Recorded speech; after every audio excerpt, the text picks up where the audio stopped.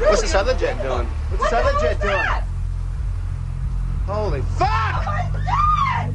Oh my God! Jesus fucking Christ! Don't touch it. Oh my God!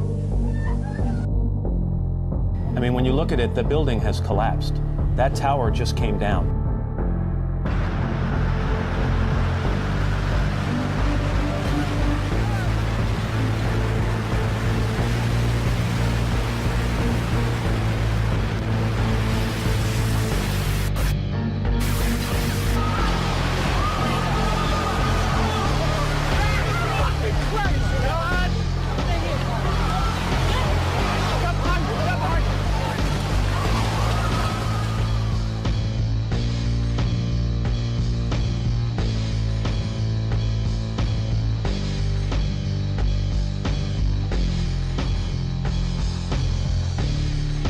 This was clearly, the way the structure is collapsing, this was the result of something that was planned.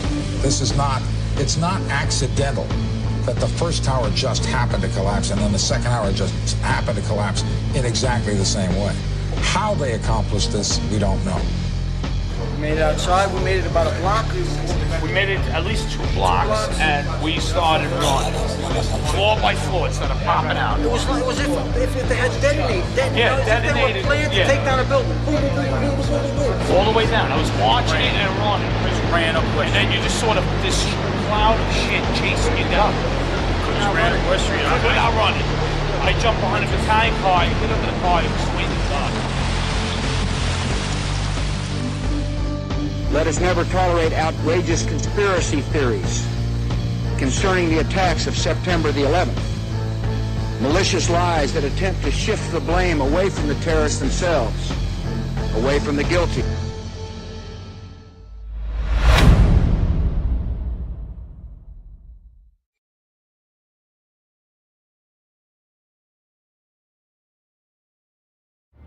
World Trade Center Building Number 7. On September 11, 2001, it was one of the casualties of the terrorist attacks on that horrific day. Building 7's sudden and shocking collapse has been overshadowed by the fate of the Twin Towers. But from an engineering standpoint, it is the greater mystery. We were surprised that Tower 7 collapsed. We being the team that investigated what occurred on that day.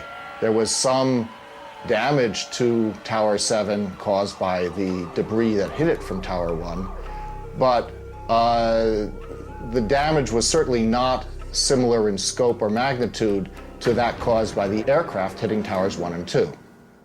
The only positive aspect of this building's demise is that it fell 7 hours after the 2 main towers. Everyone had been evacuated, and even though the 47-story building collapsed in on itself in under 10 seconds, no one was killed. World Trade Center 7 was completed in 1987. It had approximately 1.8 million square feet, 47 stories, and was roughly 600 feet tall. Each of the floors was approximately 40,000 square feet, which is roughly the size of a football field and equal to the size of the floor plate on each of the towers. The building was a good building. It was soundly designed. It would still be standing if not for 9/11. And it was state-of-the-art at the time, absolutely. I lost my husband. My son. My uncle. My nephew. September 11th, 2001. Most people don't know a 3rd tower fell that day. The government says fire brought it down. The collapse of World Trade Center 7 was primarily due to fires. I, along with 1,400 other architects and engineers, have found the government's conclusion to be physically impossible. Impossible. We need the truth about what happened that day. Go to rememberbuilding7.org. Why it fell, why it matters, and what you can do. Do you believe that the government had anything to do with the attack of 9/11? Do you believe in a conspiracy in terms of the attack of 9/11? No, but I do believe that it is the first time in history that fire has ever melted steel. I do believe that it defies physics for the World Trade Center Tower 7, Building 7, which collapsed in on itself. It is impossible for a building to fall the way it fell without explosives being involved. World Trade Center 7. World Trader 1 and 2 got hit by planes. 7, miraculously, the first time in history, steel was melted by fire. It is physically impossible. And who do you think is responsible for that? I have no idea. But to say that we don't know that it imploded and it was an implosion and a demolition is beyond ignorant. Look at the films, get a physics expert here from Yale, from Harvard, pick the school. It defies reason. Let's get one. Let's get one, because that I would do it. Is the unthinkable. It is the unthinkable. But imagine if somebody could convince you of that, could prove it to you, Elizabeth. Just 7. Did you know that a third tower fell on 9/11? At approximately 5:20 p.m. on September 11, 2001, World Trade Center Building 7 collapsed in 6.5 seconds from normal office fires, according to the government's final report. World Trade Center 7 collapsed because of fires fueled by office furnishings. It did not collapse from explosives or from fuel oil fires. Later, the government finally admitted that Building 7 collapsed at the rate of free fall, after trying to deny it. So what's wrong with a building in free fall? What is free fall? It's just like taking your car keys out and just dropping them. That's how fast the building came down, for over 100 feet. This is high school physics. A building cannot do free fall with 40,000 tons of structural steel in its structural system without it being blown up. The only way that a building can accelerate as it collapses is by having pre-engineered, precisely timed, and precisely placed explosives. In other words, controlled demolition. Saw the big hubbub going on around Building 7. Walked around it. I saw a hole. I didn't see a hole bad enough to knock a building down, though. So, yeah, there was definitely fire in the building, but I didn't hear any, maybe this is movie crap. I didn't hear any creaking, or I didn't hear any indication that it was going to come down. And all of a sudden, the radios exploded, and everybody started screaming, "Get away, get away, get away from it!" And I was like a deer in the headlights, and I look up, and I think I remember pretty clearly the 2 guys that I knew were on the transit radio. I don't know if those tapes are out there, but I can try and look for them and show you exactly what I'm talking about. But it was that moment, get away, and I looked up, and it was nothing I would ever imagine seeing in my life. The thing started peeling in on itself, and I mean, there was an umbrella of crap 7 feet over my head that I just stared at. And somebody grabbed my shoulder, and I started running, and the shit's hitting the ground behind me. And the whole time you're hearing thum, thum, thum, thum, thum. So I think I know an explosion when I hear it, I was real close to Building 7 when it fell down, and running away from that sucked. That's one of the things that I live with all the time, and I don't know, but that didn't sound like just a building falling down to me while I was running away from it. There's a lot of eyewitness testimony down there hearing explosions. I didn't see any reason for that building to fall down the way it did, and a lot of guys should be saying the same thing. The Red Cross rep was like, he goes over and he says, well, you got to stay behind this line because they're thinking about bringing the building down. They didn't say what building, they just said bringing a building down. All I can attest to is that by noon or 1 o'clock, they told us we had to move from that triage site up to Pace University, a little further away, because Building 7 was going to come down or being brought down. Did they actually use the word brought down, and who was it that was telling you this? The fire department, and they did use the word, we're going to have to bring it down. Keep your eye on that building, it'll be coming down. The building is about to blow up. Moving back. All right, guys. We are walking back. There's a building about to blow up. So we're like, okay, we'll take their word for it. We'll stay behind the line. And he went over and he talked to one of the, through all the commotion, he goes over and he asked one of the Red Cross, or one of the firefighters, what was going on. I guess, I don't know if he got an answer or not. He came back over with his hand over the radio, and it sounded like a countdown. And at the last few seconds, he took his hand off, and you heard 3, 2, 1, and he was just saying, just run for your life, just run for your life. And then it was like another 2, 3 seconds, you heard explosions, like boom.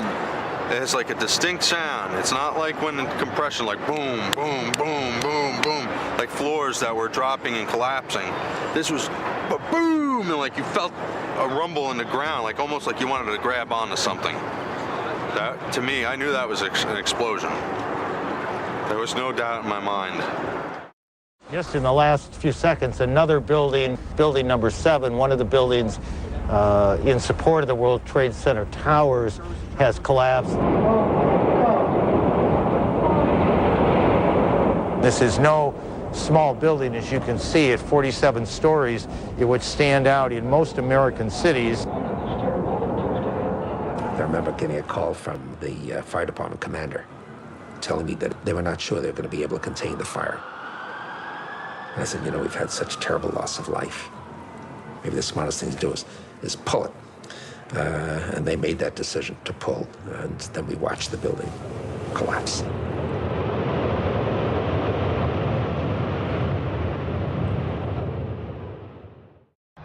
We were watching the building actually because it was on fire. The bottom floors of the building were on fire, and you know, we heard this sound that sounded like a clap of thunder.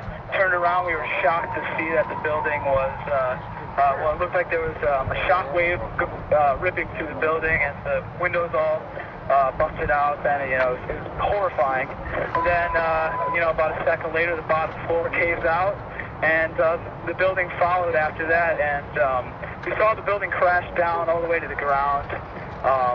You know, we were in shock, and then the high-rise buildings simply do not collapse due to fire. There has never been until 9/11 an experience where a high-rise building that was steel frame completely collapsed. There have been fires burned longer in similar structures without any collapse. In this test, done by British Steel in 1995, a large amount of typical office furniture was burned to see what would happen to the heavy steel beams that supported the ceiling. It's not that it melts in a fire. In fact, the fires, normal fires, are not hot enough to melt steel. Even if you were, for example, to use an unusual fuel like kerosene, you cannot achieve temperatures hot enough to melt steel. But what happens is it starts to lose its strength. And as it loses its strength, it starts to sag. This was the largest test of its kind ever conducted. It showed how unprotected steel can be distorted, even by a normal office fire. But as is typical in steel buildings, the structural beams only slowly and progressively warped and sagged. There was no chance of a sudden collapse. In my previous career as a firefighter, normally you'd never be afraid to go into a Type 1 building because they're not combustible, and you would just charge at it and put the fire out. Never in my training were we ever taught that these type of buildings could just collapse in on themselves. There's definitely much more going on than just fire. The World Trade Center 7 building reminds me of the Meridian Bank building in some ways in Philadelphia. The Meridian Bank building is a 38-story skyscraper that burned for 18 hours in 1991, suffered extensive damage from the fire, but did not collapse. NIST tells us that this collapse mechanism, starting with thermal expansion, that worked its way upward and outward through the building, in a matter of seconds, there's not enough time for the building to collapse the way that NIST tells us it collapsed. NIST claims the fires were very large, very hot, and long-lasting, when in reality, observation, which has been researched by many people, shows these fires did not last very long. They were not in the locations where NIST claims they were at given times. I'm a fellow of the American Institute of Architects. For the 40-plus years that I've been practicing architecture, I have designed a variety of buildings from small houses to high-rise office buildings. Some of the high-rises that I've worked on are 1 shell and 2 shell here in Houston. I was project manager for a 22-story office building in Akron, Ohio. Later in the day, when World Trade Center 7 collapsed, they had already showed us pictures of a few fires in that building, and I mean, they weren't even raging. And how could that cause a building to collapse as if it were imploded? Couldn't happen.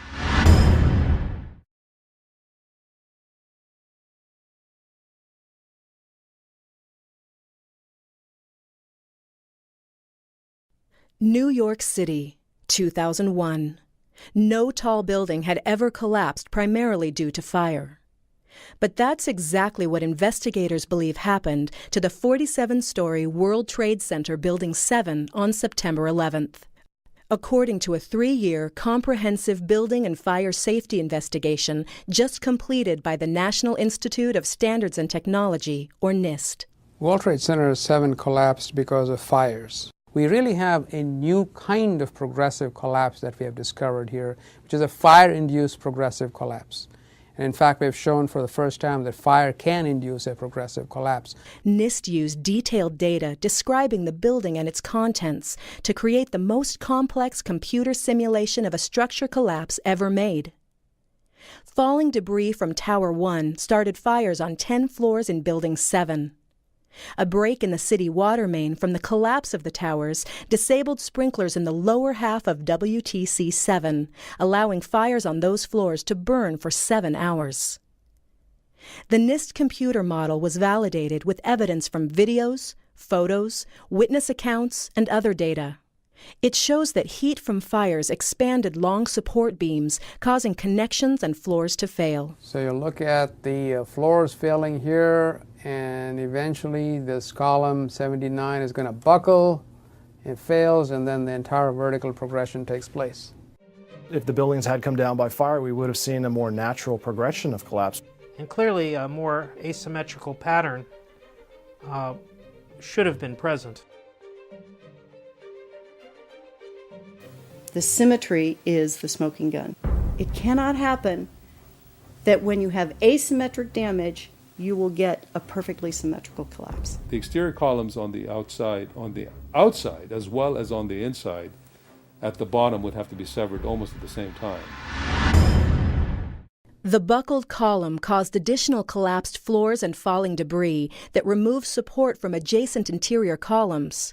A chain reaction then caused other interior columns to fail in quick succession. The outside shell of the building fell. I worked for Controlled Demolition Incorporated, CDI, the top-rated explosives demolition firm in the world. As an explosives loader, my job was to place explosives in the buildings to prepare them for demolition. I was licensed while in New York by the New York Fire Department to handle explosives. And I worked on major projects such as Seattle Kingdom, the Three River Stadium, Philadelphia Naval Hospital, and Keyspan gas holders in New York. What I saw, it was a classic implosion. The center of the core, the penthouse area, starts to move first, and then the building follows along with it.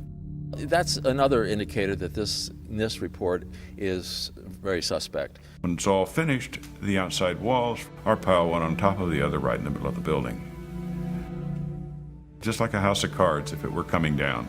As a structural engineer, I don't believe that the failure of one column would normally bring down an entire building in the way we saw World Trade Center 7 come down. According to NIST, the failure occurred at column 79 on level 12. This means basically they're talking about a single columnar collapse or failure that resulted in a total collapse of the building. That just does not make any sense. The NIST team found no evidence that explosives were involved in the collapse.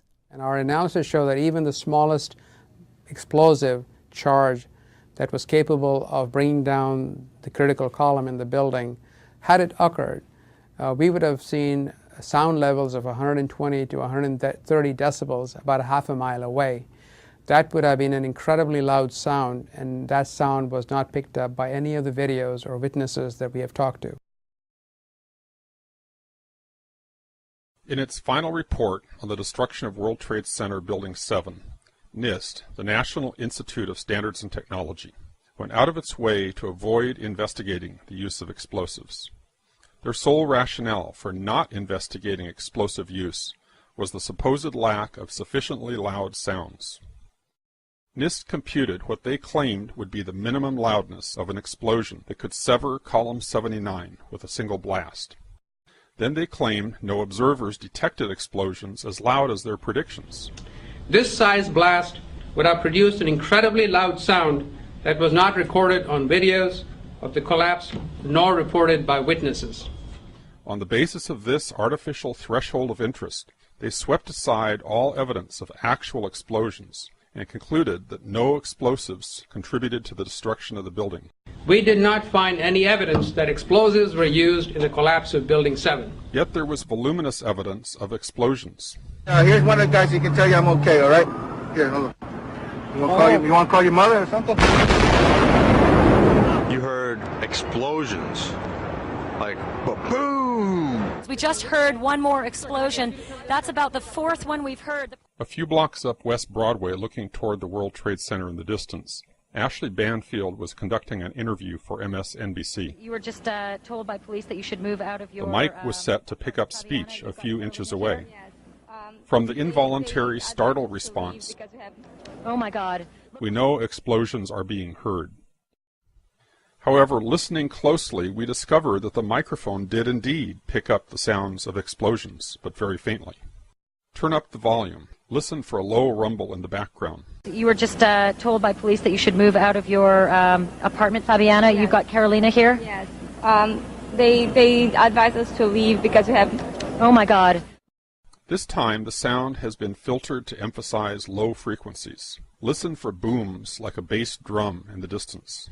In fact, you were just told by police that you should move out of your apartment, Fabiana. You've got Carolina here? Yes. They advised us to leave because we have... Oh my God. Here's a different version filtered to emphasize the mid-range sounds. The bass drum is gone. I would describe the blast sound like a train on a bumpy track. You were just told by police that you should move out of your apartment, Fabiana. Yes. You've got Carolina here? Yes. They advised us to leave because we have... Oh my God. Here's the original sound again.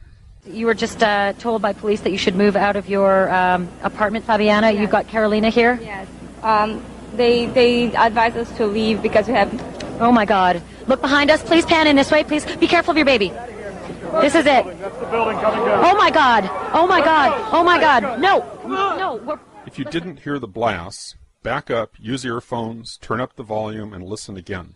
There were 2 blasts, followed by 7 more, regularly spaced, all in 2.5 seconds. Craig Bartmer's testimony may come to mind. The whole time you hear boom, boom, boom, boom, boom. I think I know an explosion when I hear it. When we hear the sharp, regular series of sounds in the background, the building has not yet started to fall. When we hear the reporters say, "This is it," this is it, the building has not yet started to fall. The fall of the building corresponds to the crescendo in the crowd response. Here is another street scene with the building in full view. The crowd responds almost immediately as the building starts to fall. This occurs just after the reporter says, "This is it." This is it. Oh my God. Oh my God. Therefore, the blasts we heard occurred seconds before the building started to fall. When Ashley Banfield says, "This is it," it is because she has been previously told to expect Building 7 to come down. The brown building, the tall one, is number 7 World Trade Center. I've heard several reports from several different officers now that that is the building that is going to go down next. Back in the studio, the anchor, Brian Williams, not only had foreknowledge of the collapse, he had a ready explanation. What we've been fearing all afternoon has apparently happened. We were watching number 7 World Trade, which was part of the ancillary damage of the explosion and collapse of the other 2. Just as Ashley Banfield was told, Brian Williams was told. There is indeed evidence that even the top fire officials were told. We are on the phone with New York Fire Department Lieutenant David Restuccio. Lieutenant, where are you right now? I'm at the corner of Northmore Street and Greenwich Street. Can you confirm it was number 7 that just went in? Yes, sir. And you guys knew this was coming all day? We had heard reports that the building was unstable and that it eventually would either come down on its own or it would be taken down. Those in control of the story were planting the official narrative in our psyches in real time as events unfolded, using the press and even the fire and police departments as their unwitting agents. We are getting information now that one of the other buildings, Building 7 in the World Trade Center complex, is on fire and has either collapsed or is collapsing. And clearly those fires continue to burn at about 4:15 Eastern Daylight Time. Building number 7 was going to collapse. That appears to be what has happened now. One of those smaller buildings just fall to the ground. We had heard earlier that it was structurally unsafe. We're getting word from New York right now that another building has collapsed. I understand that this is a 47-story building. Information, of course, take a look at that right-hand side of the screen. It's going down right now. There it is. Yep. It went down right there. This is not from an explosion or an aircraft at this point, from our knowledge. The information that we have is that this is a building that probably was incredibly structurally damaged. NIST is being dishonest. That would have been an incredibly loud sound, and that sound was not picked up by any of the videos or witnesses that we have talked to. NIST was lying about no testimony of explosions. There was both testimony and recorded evidence of explosions. However, NIST discounted any evidence of explosions that did not exceed its artificially contrived threshold of interest. The minimum sound level of interest, as determined by NIST, was based on a blast of RDX, one of the loudest explosives available, large enough to break a major column outright with a single blast. They assumed no efforts at noise abatement, complete transmission of the sound to the outside air, no absorption or blockage of the sound along the path. And who knows if they assumed the use of an efficient cutter charge, or if they simply figured the effect of a bomb planted beside a column. They don't say. Their sole reason for doing this calculation was to create a pretext to sidestep any actual investigation of explosives. Why would NIST, or anyone else, choose to exclude from its investigation any evidence of any explosions related to the destruction of the building? At the same time, it should be noted that NIST's report on Building 7 was never published by a peer-reviewed publication. This means their analysis of the collapse cannot be validated from a scientific point of view. Even though this was an unprecedented event in history, we are being asked by NIST to take their word for the soundness of their conclusions. It's based on sound science, and it is consistent with all the observations we have. But it has never happened before, right? But the physics is consistent, it's sound, it's been analyzed, and we have the results. And we are very comfortable with our findings. They might have been comfortable, but the scientific community of architects and engineers was not. Science is never secret when it's done right. Science isn't science unless it's published, unless it's openly published and made available for criticism. Architects and Engineers has asked NIST to at least verify the computer model on which they've based their theory of the collapse. But also in this case, NIST has refused to make their data public. Structural engineers rail against NIST because they refuse to show the visualization. It's a black box. You cannot download any of this data. This means that also for the accuracy of their computer model, we have to take NIST's word for it. Here is our structural model showing the building collapsing, which matches quite well with the video of the event. This is the video of the event. On the right is one of the two animations released by NIST on the collapse of Building 7. When you observe the footage of how the building failed, and when you look at the animation of the failure, and compare that to what you actually observe in reality, I think they disprove their own theories. It is impossible for it to fail the way they said. The second animation released by NIST is even more inconsistent with the real event. While the animation shows a pronounced inward bending of the top of the structure, the video footage shows the entire top section of the building maintaining its shape all the way through the visible part of the collapse. This can be verified by different angles. If this is what NIST calls matching quite well, one can imagine what the reliability of their entire report can be. In order to justify the first and only collapse in the history of a steel skyscraper due to fire, the debunkers have maintained that Building 7 was weaker than the average steel structure because it had been built over an existing electrical substation. The building was extremely unconventional. It had this giant Con Ed substation with enormous trusses carrying extraordinarily high loads, very vulnerable to fire and other kinds of damage. But NIST itself has refuted this possibility. From the final report we read, the transfer elements such as trusses, girders, and cantilever overhangs that were used to support the office building over the Con Edison substation did not play a significant role in the collapse of World Trade Center 7. In fact, it was the opposite. After it was completed, Larry Silverstein had the building reinforced beyond its requirements in order to accommodate the needs of its main tenant, Salomon Brothers. From this 1989 New York Times article we read, Salomon Brothers intends to spend nearly 2 years and more than $200 million cutting out floors, adding elevators, reinforcing steel girders, upgrading power supplies, and making other improvements in its million square feet of space. We built in enough redundancy to allow entire portions of floors to be removed without affecting the building's structural integrity, said Larry Silverstein, president of the company. More than 375 tons of steel, requiring 12 miles of welding, will be installed to reinforce floors for Salomon's extra equipment. If there was one skyscraper in the world that should have never collapsed due to fire, it was Building 7. In other news this week, the finding that allowed the National Institute of Standards and Technology to withhold data from its World Trade Center 7 collapse simulation has finally been released via whistleblowing site cryptome.org.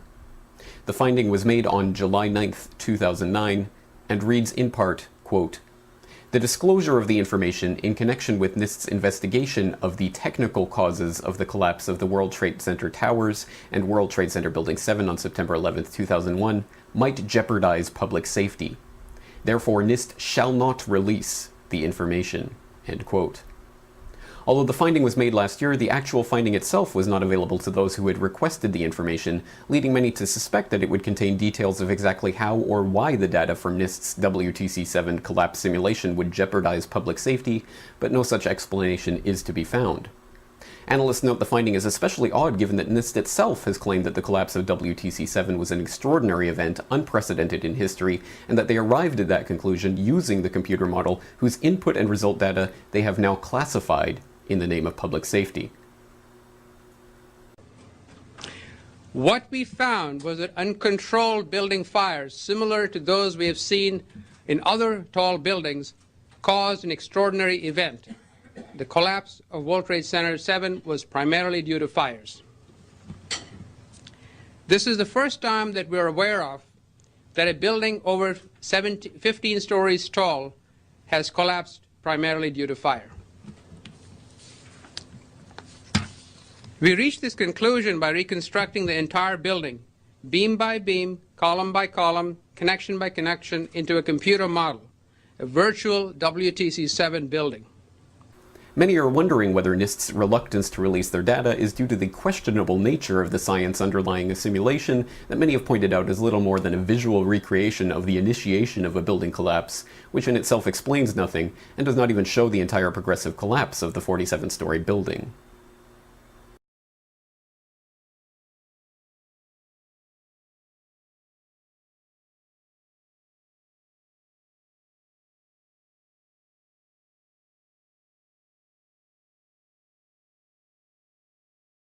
Zie je vanaf boven gaan? Nee, je gaat vanaf onder. Die gaat vanaf onder, ja. Toch? Ja. Ze hebben gewoon kolommen weggeblazen. Er is nagesprongen. Dit valt anders dan het World Trade Center. Vind je niet dan? Ja, je ziet het, de onderste verdiepingen gaan eerst. Ja, en de rest zakt er gewoon in. Dus dit is controlled demolition. Zeker weten? Zeker weten. Er is nagesprongen. Dit is in opdracht gebeurd. Dit heeft een team gedaan van experts. Maar dit is ook op 11 september gebeurd. Dezelfde dag? Dezelfde dag. Dezelfde dag?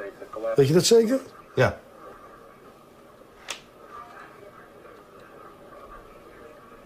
Was het zeker weten de 11e? Dat kan geen waar zijn. 7 uur nadat de World Trade Center naar beneden viel. Ja? Hebben ze hard gewerkt. In het officiële onderzoeksrapport van FEMA staat dat ze niet kunnen verklaren waarom gebouw nummer 7 is ingestort. Uitgebreid bespreken we alle mogelijke oorzaken met Denny Jowenko. Dat weet ik niet precies, maar ze hebben wel... Maar hij blijft erbij dat het gebouw is opgeblazen. Het is vakwerk, zonder meer. We weten heel goed wat ze doen, die jongens. De vraag is dan, is zoiets van tevoren voorbereid of kan dat op 11 september zelf nog zijn besloten en uitgevoerd? Met hoeveel man heeft u hoeveel tijd nodig om dat te doen? Dat weet ik niet precies, maar... Maakt u een inschatting? Ja, dan moet je wel ervaren mensen hebben, maar als je een man of 30, 40 zou hebben... Kijk, een paar met de snijbrander, de rest brengt hem aan. Andere mensen sluiten dat deadcord met die boosters aan. Dat moet allemaal precies op hetzelfde moment gaan. En weer een derde die zet de elektronische systemen erop. En dan gaat hij. Terwijl overal brand was en ook in dat gebouw was brand? Dat is niet geblust. Ze hebben de brand niet geblust. Dus de mensen die dat moesten doen, die moesten het doen terwijl het binnen nog brandde.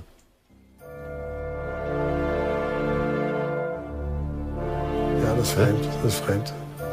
Dat vind ik ook heel vreemd. Daar heb ik geen verklaring voor. Hi, my name is Barry Jennings. I'm 52 years old. I've worked for 33 years at one location. When the Office of Emergency Management did an activation, they always included our locale. And what they did was monitor the emergency. They actually coordinated the emergency through several agencies. I received the call shortly after the first plane hit. I got there, I had to be inside on the 23rd floor when the second plane hit. Upon arriving into the OEM EOC, we noticed that everybody was gone. I saw coffee that was on a desk. Still, the smoke was still coming off the coffee. I saw half-eaten sandwiches. And only me, Mr. Hess, was up there. After I called several individuals, one individual told me that to leave and leave right away. Mr. Hess came running back in and said, we're the only ones up here, we got to get out of here. He found the stairwell. So we subsequently went to the stairwell and we're going down the stairs. When we reached the 6th floor, the landing that we were standing on gave way. There was an explosion and the landing gave way. And I was left there hanging. I had to climb back up and now I had to walk back up to the 8th floor. When I made it to the 6th floor and there was an explosion, the explosion was beneath me. Keep in mind now, it's pitch black in there. All the lights went out. So when the explosion happened, it blew us back. I'm thinking I'm standing on the landing. I'm actually holding on to a pole above us. And I had to climb back up because Hess is yelling, what do we do now? I said, there's only one thing we can do and it's go back up. Both buildings were still standing. Both buildings were still standing. Both buildings were still standing. Keep in mind, I told you the fire department came and ran. They came twice. Why? Because building tower 1 fell, then tower 2 fell. And then when they came back with all concern now, like to get me the hell out of there. I was trapped in there for several hours. I was trapped in there when both buildings came down. All this time, I'm hearing all types of explosions. All this time, I'm hearing explosions. When they finally got to us, and they took us down to what they called the lobby, because I asked them, I said, when we got down there, I said, where are we? He said, this was the lobby. And I said, you gotta be kidding me. It was total ruins. Total ruins. Now keep in mind, when I came in there, the lobby had nice escalators. It was a huge lobby. And for me to see what I saw, it was unbelievable. And the firefighter that took us down kept saying, do not look down. And I kept saying, why? He said, do not look down. And we were stepping over people. And you know you can feel when you're stepping over people. This big giant police officer came to me. And he says, you have to run. I said, I can't run, my knees are swollen. He said, you're gonna have to get on your knees and crawl in. He said, because we have reports of more explosions. And that's when I started crawling. And I saw this guy fall behind me and his comrades came to his aid. They dragged him to safety. I'm just confused about one thing and one thing only. Why World Trade Center 7 went down in the first place. I'm very confused about that. I know what I heard. I heard explosions. Explanation I got was it was the fuel oil tank. I'm an old boiler guy. If it was a fuel oil tank, it would have been one side of the building. Yes, you can use this footage.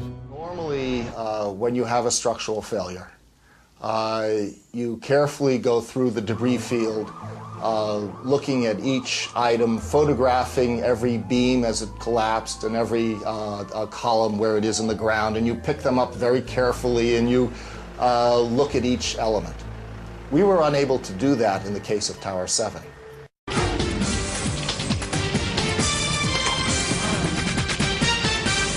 Live and at large, it's the one 9/11 mystery that endures. World Trade Center building number 7. You hear that? Keep your eye on that building. It'll be coming down soon. I do believe that it defies physics for the World Trade Center Tower 7, Building 7, which collapsed in on itself. It is impossible for a building to fall the way it fell without explosives being involved. And if explosives were involved, that would mean that the most obnoxious protesters in recent years are right. If you hear the shouting, it's a group of demonstrators who've come. 9/11 was an inside job. Oh, get a life. Get a life. 9/11 was an inside job. Welcome to the show, everybody. I'm Geraldo Rivera, and that noisy demonstration was more than 2 years ago. But the folks behind that TV ad you saw earlier are not so easy to dismiss as those demonstrators were. And what caught my eye is their claim that more than 1,300 architects and engineers examined the evidence about Building 7's collapse and disagree with the official report issued by the National Institute of Standards and Technology. But up front tonight, Building 7 was no ordinary building. Among other key tenants, including several intelligence and law enforcement agencies, it also housed New York City's Emergency Operations Center, known as Mayor Giuliani's bunker. Here to tell us what they know about its collapse and why they question the official conclusions are Bob McIlvaine, whose son died in the World Trade Center, and Tony Zambati, a mechanical engineer. Nice to see you guys. Welcome. Thank you. Welcome. Nice to meet you, Geraldo. Our condolences, obviously, for your loss. But Tony, let me start with you. You're an engineer.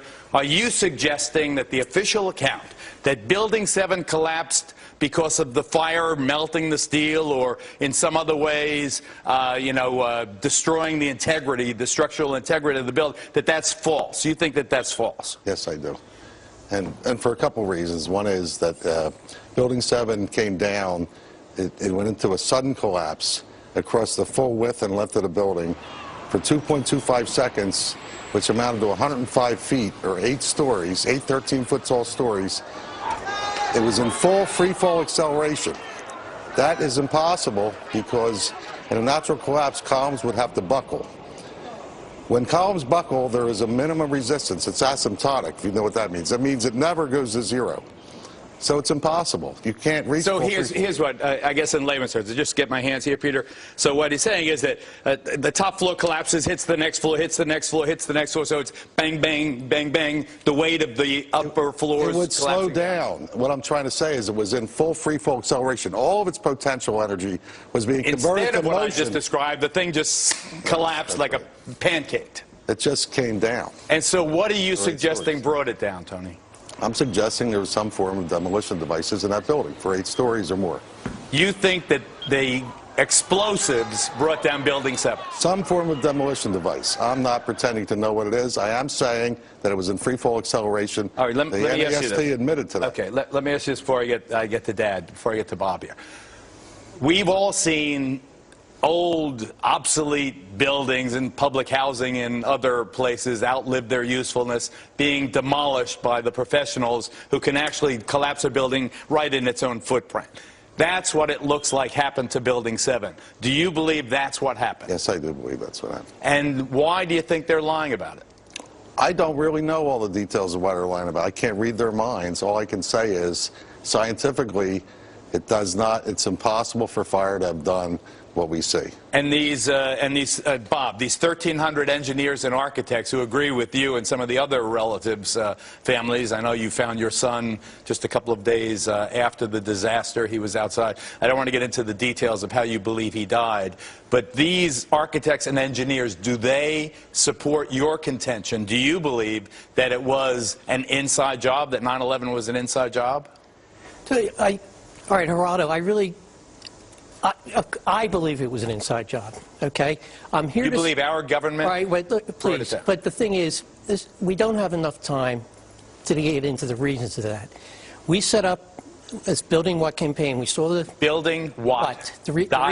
.org. BuildingWhat.org. The reason we have that is because Judge Lehner, when we had a petition to have a new investigation in New York City about Building 7. And when the lawyers... And you're asking the New York City Council. I don't want to interrupt also to reopen. So I know we don't have the time, but anyway, he said, building what? Because no one has any idea about Building 7. So because I believe in... I've talked to so many firemen, so many EMS workers, policemen, who talk about the explosions. And I know you don't want to get into my son's... But I feel my son died from an explosion. I went to all the 9/11 Commission hearings. I've been researching this for 9 years. So what do you want? Let's get to the bottom line before we're out of time. I want truth. I've been lied to. I mean, it's beyond a reasonable doubt that the 9/11 Commission did not tell this story. 9/11 Commission barely mentioned Building 7, if at all. Right. Okay, what forum do you want the investigation in?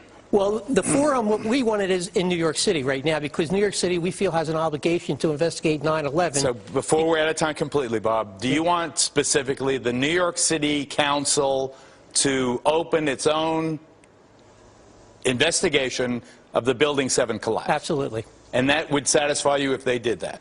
Well, I'm not done. I'm still a parent. I'm a parent who has an obligation to find out why my son was murdered. As far as this show and New York City, I want the investigation. That will not be sufficient enough. Your wound. I get that. And I'm going beyond that. But it's the beginning. Of course it's the beginning, but that's why I support this Building What campaign. Bob McElvain, we thank you. Tony Zambati, thank you very much. It is an intriguing topic. I certainly am much more open-minded about it than I was, and it is because of the involvement of the 9/11 families and all these engineers and architects. Clearly, they know more than I do. Thanks, gentlemen. Thank you.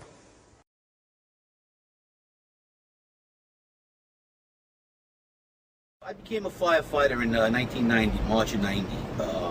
Yeah, my whole family was firefighters. Goes back a long day. I'm looking up. All of a sudden, we hear, what the hell is, in seconds, you see the wing of the plane come in, crash through the building, and explode bodies out of the building, all on Liberty Street. I run in screaming, a plane just hit the Trade Center, a plane just hit the Trade Center. I get on the phone to the dispatcher saying a plane, 1060 the box, plane just hit the Trade Center. Get all emergency vehicles down here immediately. It's on. So as we are now saddling up, trying to get out of quarters, and hundreds and hundreds of people are trying to run in, while bodies are now just exploding on the ground. Like, what is going on here? The street was on fire. We were so dumbfounded because by the time we got around to the corner, to the west side, there was 30 floors of fire. We were like, holy cow, something's up here. And we got into the lobby, went to the command post, right next to Father Judge, Chief Gansey, Chief of Department at the time, God rest his soul, and Father Judge. We got there, we got our orders from the command post to team up with Engine 5 and start our way up, right? So we're standing there in the lobby, we're getting all together. All of a sudden, we hear... I look down to my right, and the elevators exploded, something out of like a Bruce Willis Die Hard movie. People just come running out of the elevators, on fire, fireball. I mean, it was like, what is going on here? Something's up here. I mean, the plane's up there, now there's fire down here. People run around all on fire. This is crazy. So we said, look, we had our orders. That's our job. We're going to do what we got to do. So we were going up the stairs. As we were going up, you know, there was fire here, there was fire. People burnt up on different levels, and we were trying to get a read on what floor are you coming from? What floor are you coming from? Just, is there fire on your floor? Is there fire on your floor? We were asking, and they were like, no, there's some fire on our floor. There's people trapped on other floors, and we're like trying to get a read. These people were pretty calm. People burnt coming down, just saying thank you, fireman. We were going up. We were heading up to the 24th floor of the stairwell, and all of a sudden we heard, Mayday, Mayday, second plane, second plane. Swift, we're looking at each other like, come on, second plane? There's no way there's a second plane. Within seconds, our building got rocked. We got bounced around in the stairwell like pinballs, man. And we just said, you know what? Time to go. We got out as much people as we could. Most of the people were out. We were the last guys going up the stairs. We got down. We started taking off. About 12 of us. We got down to the 3rd floor, and that's where the stairwell collapsed on us. And we had to dig our way out. Now the building's coming down. We can't see nothing. Once again, saying up res. You know, the show is over here now. This is it. And with that, all of a sudden, we're looking for another stairwell. Me and the lieutenant open the door. We find a body in this closet. We were like, what the heck is that? Where did this come from? Holy shit, what's going on here? Something's crazy going on.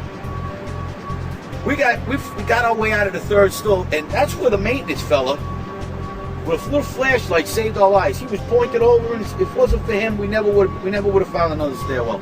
The building would have collapsed. So Willie Rodriguez? Willie Rodriguez. Thank you, Willie. He saved our lives. Saved about 12 guys' lives that day. At least. We got down to the lobby, and everything was blown out, exploded. Everything was. We were the only ones in the lobby now. We're going, wait a second here. Where is everybody? Because the building was coming down the outside. They moved the command post to World Trade Center too. So now we're like, we didn't get no. Where is everybody? We were in the lobby. Oh, it looks like everything was exploded. Everything was gone. We're like, what is going on here? We didn't know. We were like, this is crazy. All of a sudden, we said, listen, man, no time to cry for your mommy. We got to get out of here. So we took off like cockroaches. 12 of us. We all went our own ways. I ran across North End Avenue, went out, ran the building, throw my gear off, strip it down to my skivvies. I was standing on the ledge, watching the building come down. I was diving in the river to Jersey. That's how, I said, this is it, man. This is the end of the game here. I mean, I made it this far. I'm not going to let them get me now. No way. And what happened was, after that, we ran down North End Avenue, and there came the other tower. We were like, something's very wrong here. And as we ran, we ran down, we came around to Duane Street, where the filming of the French guys were that morning. And we had to go check in with the chief on Duane Street to count how many guys we thought might have died. And guys in my company who we were with. So we kind of figured we lost 3 right at that time. We actually ended up losing 5. And what was your feeling about the lobby being so destroyed, as you said? I mean, we were saying, how is this happening when it was 80 stories up? And, you know, like, we was just, you know, you think about it, you say, something else had to go on here. Something else was going on here. This just don't happen like this if when a plane hits the 80th floor of a building and the lobby gets blown out. Sorry. I don't care who you are. What happened? We was in an explosion.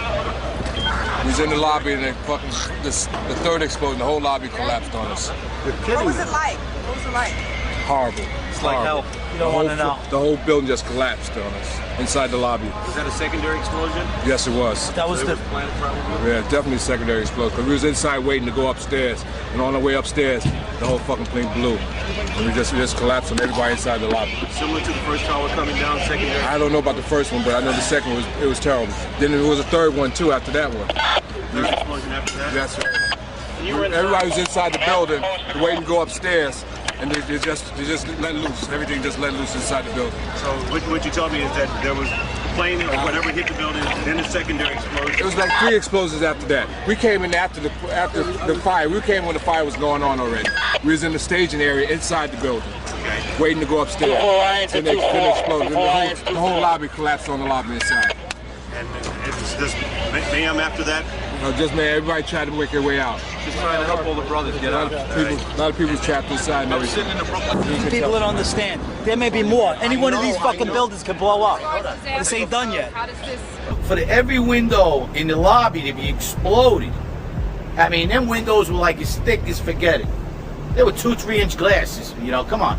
They exploded out of the lobby, you know, something, it wasn't from the jet fuel. No way. The elevators exploded. They were down from the lobby. The lobby was over here. That should never have happened. Something would happen there, and that wasn't. We came down. It looked like a bomb went off in the lobby. There was no fire. It just looked like a bomb went off, and the building collapsed. the time and the things that went on between the plane and by the time the buildings came down, there was a lot of things that happened that makes you really wonder what went on there. And that's you know, it's too much. It's too much. There's too many things that went wrong that I mean, I don't like, you know, I'm not, I guess, an expert on a plane hitting a building, but just me being in there and experiencing what I've seen and dealt with, something wasn't right that day. And I think everybody in that lobby knew it. It's safe to say that you agree with the premise that the Twin Towers and especially Building 7 were brought down with other means than just a plane hit. I believe so, yes. Yes. I personally, yes. You've become quite associated, haven't you, with the extraordinary events that day, because you were... That is correct. You're supposed to be the last man who left the North Tower when it collapsed. What were you actually doing in there to start with? Well, I worked in the building for 20 years, and I was a janitor. I was a person that actually cleaned 110 flights of stairwells every day. And on 9/11, I had the only master key that was available. Which you have with you here. This is the master key that was used. They call it the key of hope. I started the day by calling my supervisor and telling him that I was not going to work. The reason was that it was such a beautiful day that I wanted to stay home. I wanted to take a sick day off. And I called my supervisor and he begged to me to go back into the company. And I made it to work, but I made it late. And that was a miracle by itself, because if I made it there at 8 o'clock, I would have been dead automatically, or I would have been trapped on the top of the building. And at 8:46, we hear, boom!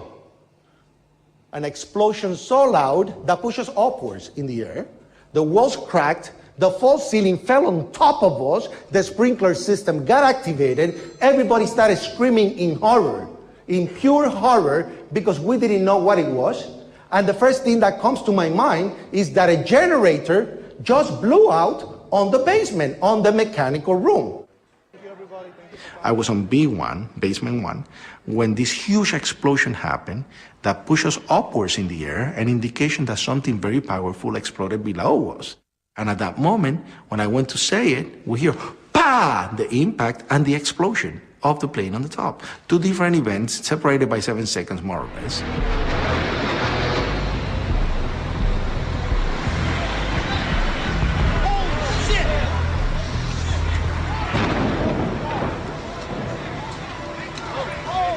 Two separate explosions were recorded at a distance of about 9 seconds from each other during a business meeting that was taking place in a building nearby, One Liberty Plaza.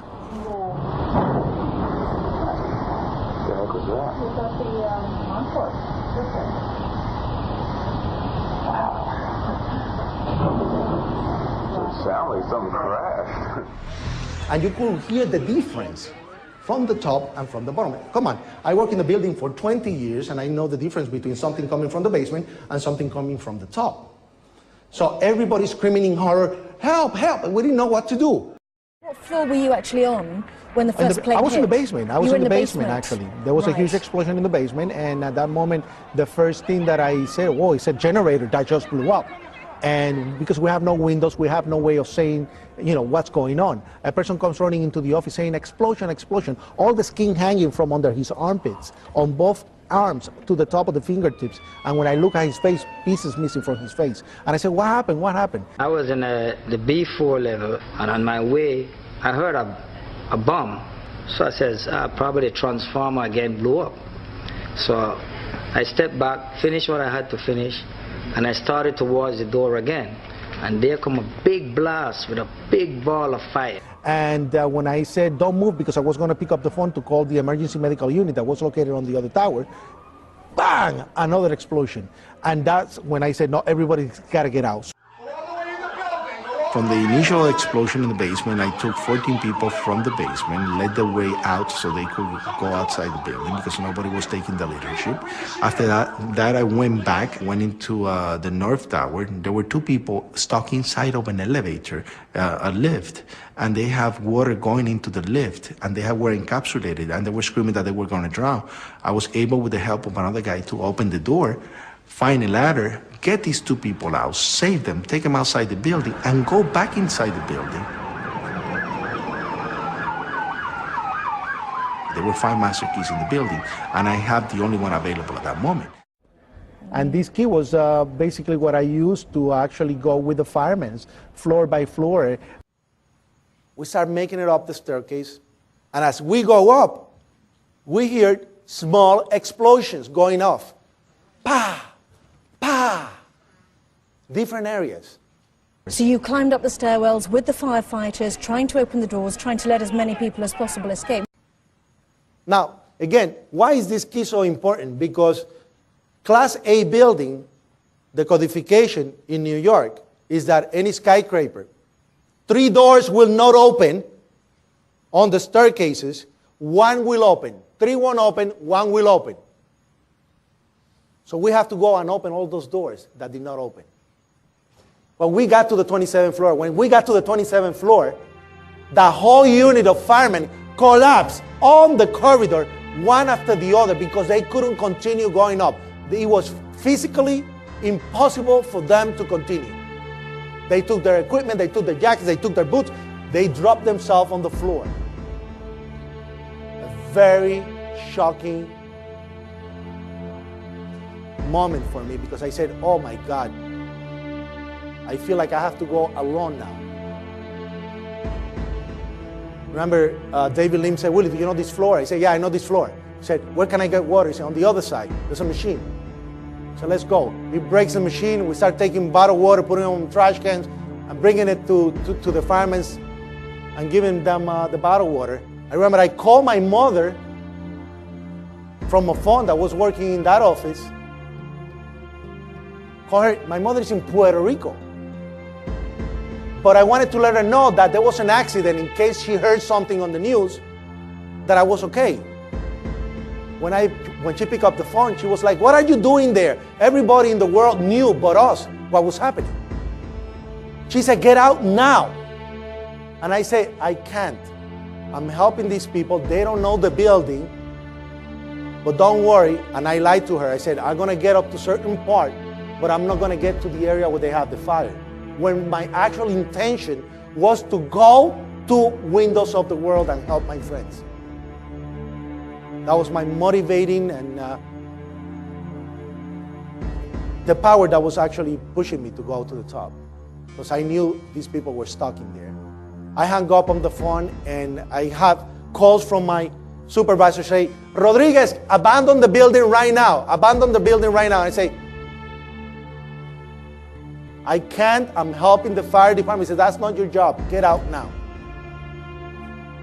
I turn off the radio and I continue going up by myself, opening door, letting people out, and I continue going up until I got to the 39th floor. When I got to the 39th floor, from the opposite staircase, there were 3 staircases, A, B, and C. Police officer David Lim came up with 2 firemen. And as we were talking about what was going to be our next move, we hear, boom!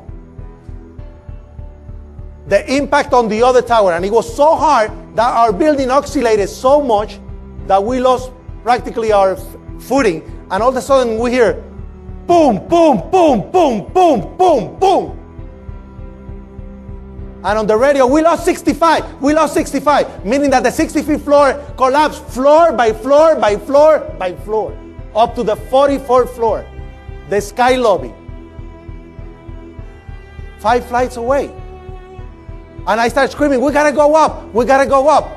Officer Lim said, Rodriguez, you've done enough, but you don't get paid for this. And I said, what? I'm going up. And he said, no. You stay here, you're still a civilian, and you are my responsibility. I said, sorry, I'm not giving the key to anybody, I'm going up. And he said, better if you give me a hand with the person on the wheelchair on the 27th floor. And he said, you know, David, I'm going to go down, but I'm coming right up. I'm going to help you with that, but I'm coming right up. So I ran down to the 27th floor. When I ran to the 27th floor, I screamed to the firemen, I have orders to get this guy out right now. The guy was taken out of the wheelchair. He was put on a rescue basket, all tied up. 3 guys stood up and said, let's go. We grabbed him, we started going down the stairwell. As we go down, we make it to the lobby. We make it to the lobby. And all of a sudden, one of the firemen tells me, please go get the ambulance ready. And I hear, run, run, run. I look at the left side and I see the Marriott Hotel almost gone. Bodies everywhere. And I said, God, please help me. And the only thing I see is a fire truck in front of the building. And I just slid right under the fire truck. And all of a sudden the building started to destroy itself on top. And you hear, boom, boom, boom. And the truck going down. And all I said at that moment was, please don't let my mother see my body in pieces. Let her recognize my body, please, please. The building basically engulfed me and I was totally buried under the rubble, alive. And then this dust came. That dust went under every orifice under the truck and it basically burned my face, burned my skin, and I couldn't breathe. Then I think at that moment, I'm not dying squashed to death, but now I'm gonna die of asphyxia. So I have to put my face under my shirt to be able to breathe.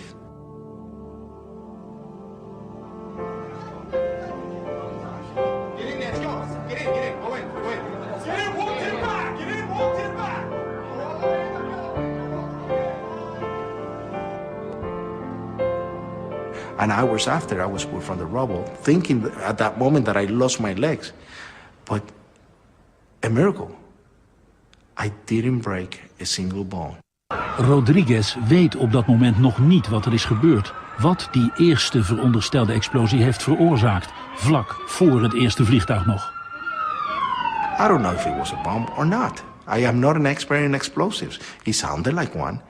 It made the noise like one. It created, a destruction level that, I wouldn't expect anything else to be but that. But was that a bomb? I have no idea what it was.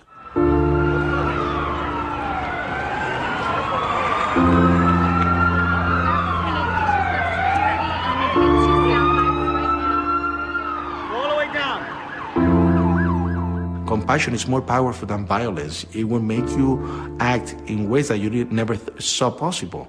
And I was so desperate to get to my friends and to save them. And the sad thing is that I was recognized for saving hundreds of people, but the people that I really wanted to help, I never was able to save a single one of them. I lost 200 friends on 9/11. A lot of people call me a conspiracy theorist. And it's funny because I was there. I am an eyewitness. I experienced the event. I do not speculate because I experience it in my own skin. I have the people that have come out and validated the story constantly. I have the people that have survived also the event and have tried to tell their part of the story, which actually coincide with mine. I lost 200 friends that do not have answers, and I will continue until we get the answers. I studied physics at MIT. I did electrical engineering for about 8 years. I've had quite a bit of practical engineering experience. When I first saw the collapses, I was absolutely convinced that they were not spontaneous. One of the first things that I did was to speak with one of my patients, who is a retired Army Corps of Engineers fellow who's done a lot of demolition and construction.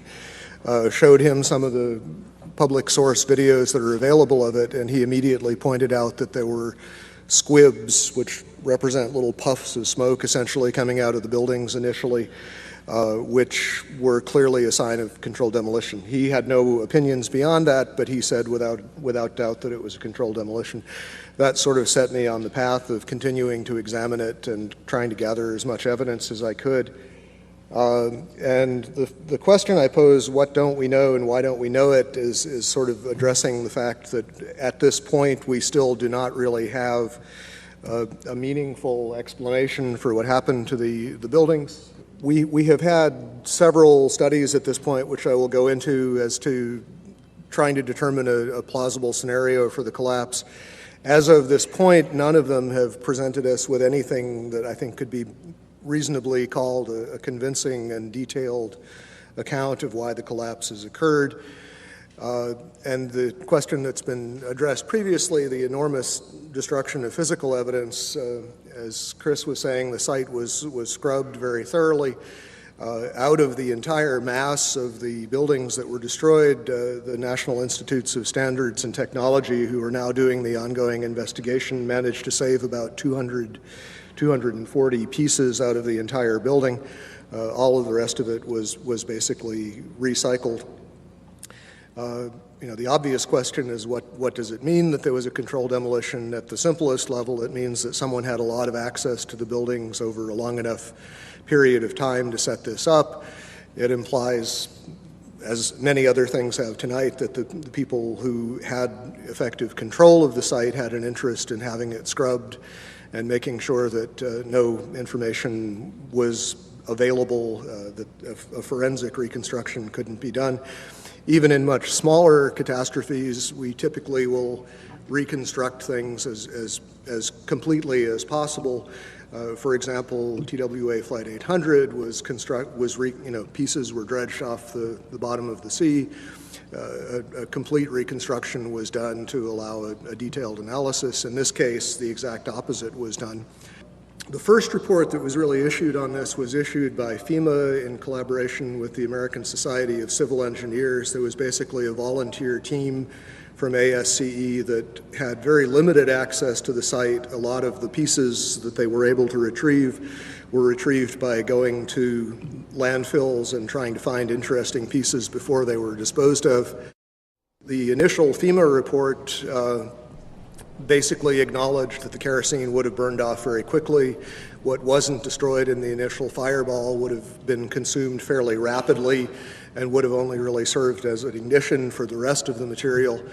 And the second point being that the fuel here really was strictly office contents. If you think of a modern office with copying machines, computers, and as has been previously mentioned, the smoke, particularly from Building 2, just before it collapsed, was very black looking.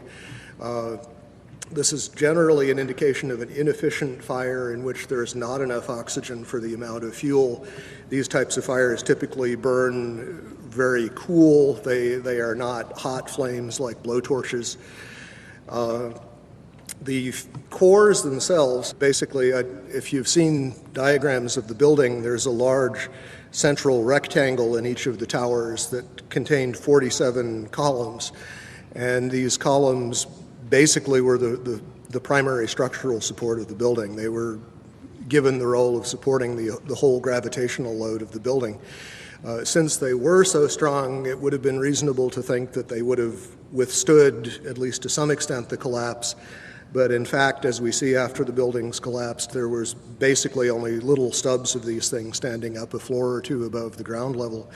The cores did not have much in them that would burn. The cores basically were dedicated to things like elevator shafts, utility shafts, stairways. So you have drywall material, you have a little bit of carpeting, you don't really have any inflammable material in the core itself.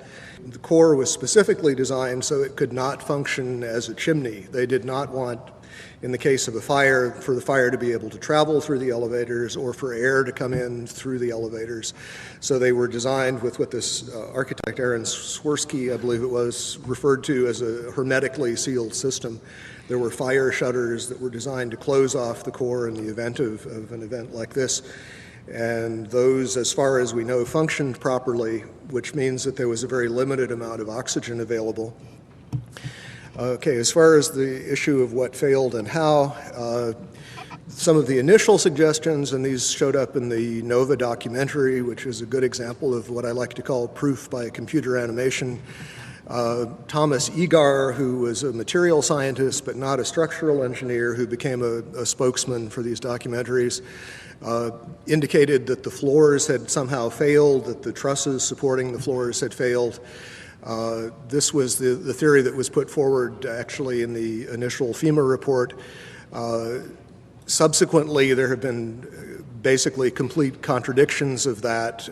Jim Hoffman has done quite a bit of research which is available on the web concerning the problems with this idea that the floors would have simply fallen. There was a study done by Weidlinger Associates. The chief engineer there was Mathis Levy, who's a very well-known authority on building collapses. He specifically disavowed the idea of pancaking or collapsing of the floors.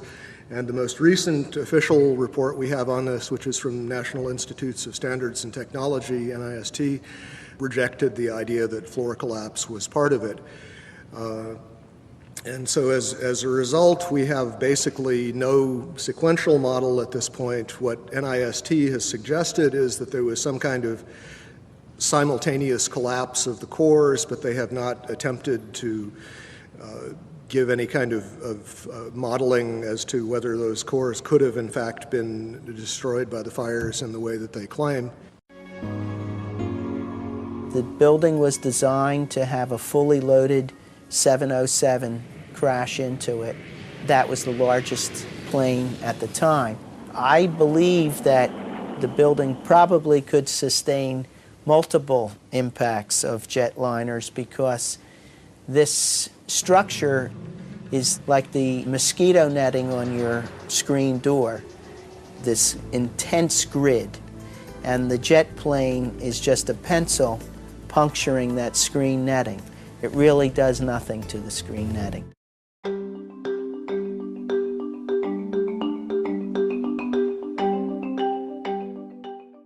I walked into the office and the first words that I heard was, a plane's just run into the World Trade Center. And my initial thought was, well, that's okay. It's built to withstand a 707. It did not seem possible that these towers that were designed to withstand the impact of a 707 could possibly collapse in such a short order of time from the time that they were hit. They were designed to withstand hurricane force winds of up to 140 miles an hour. These buildings are built to handle several times the load above them. Those perimeter columns could handle 5 times the load above them, and the core columns could handle 3 times the load above them. I remember walking up to a window, and a young man turned to me with tears coming down his face, and he said, "Will they fall down?" And I said, "No." Never has a steel structure building in the history of steel structured buildings ever fallen down for the reasons of fire. The majority of the jet fuel was burnt up instantly in the big fireball, and it was gone. The fires that were left were office furnishings and carpet and things like that. A lot of things in these kind of buildings have to be fire resistant by nature. It's required by code. So there really isn't a whole lot of fuel in there to begin with. The media portrayed these fires as being extremely hot, but the fires were not that hot in World Trade Center 1 and 2. If you look at the NIST zone data, you could see this. And to use our own powers of observation, you could tell by seeing these fires and seeing black smoke come out the windows. That means that the fires were oxygen starved, and it was incomplete combustion.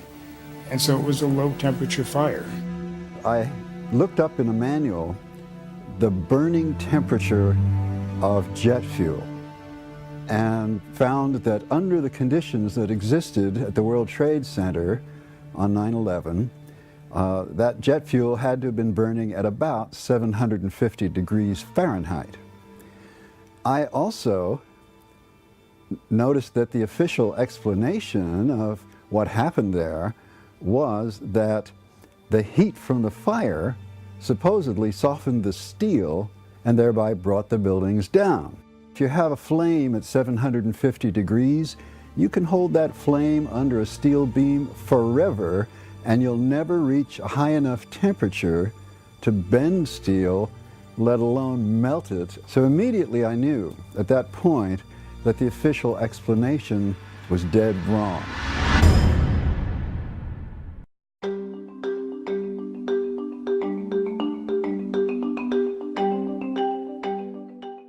First of all, let's go back to your basic premise that there was a pool of molten steel. I know of absolutely nobody, and no eyewitness who said so, nobody who's produced it. You'd get down below and you'd see molten steel running down the channel rails. Like you're in a foundry. Yeah, like lava. Like it was like lava from a volcano. Actually melted beams where it was molten steel that was being dug out. Underground, it was still so hot that molten metal dripped down the sides of a wall. It's this fused element of steel, molten steel and concrete and all of these things all fused by the heat into one single element. And they pulled off a big block of concrete, and there was like a little river of steel flowing.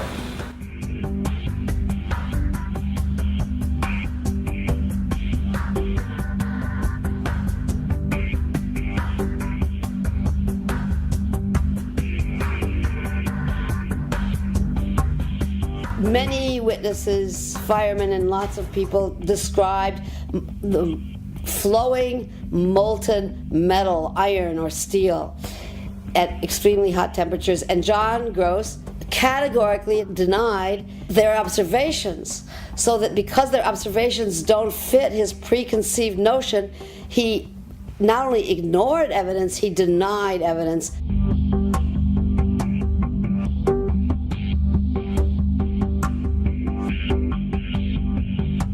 There were reports of molten steel having been seen in the rubble pile of all three buildings, and I knew that jet fuel, which is essentially kerosene, is not capable of melting steel nor iron.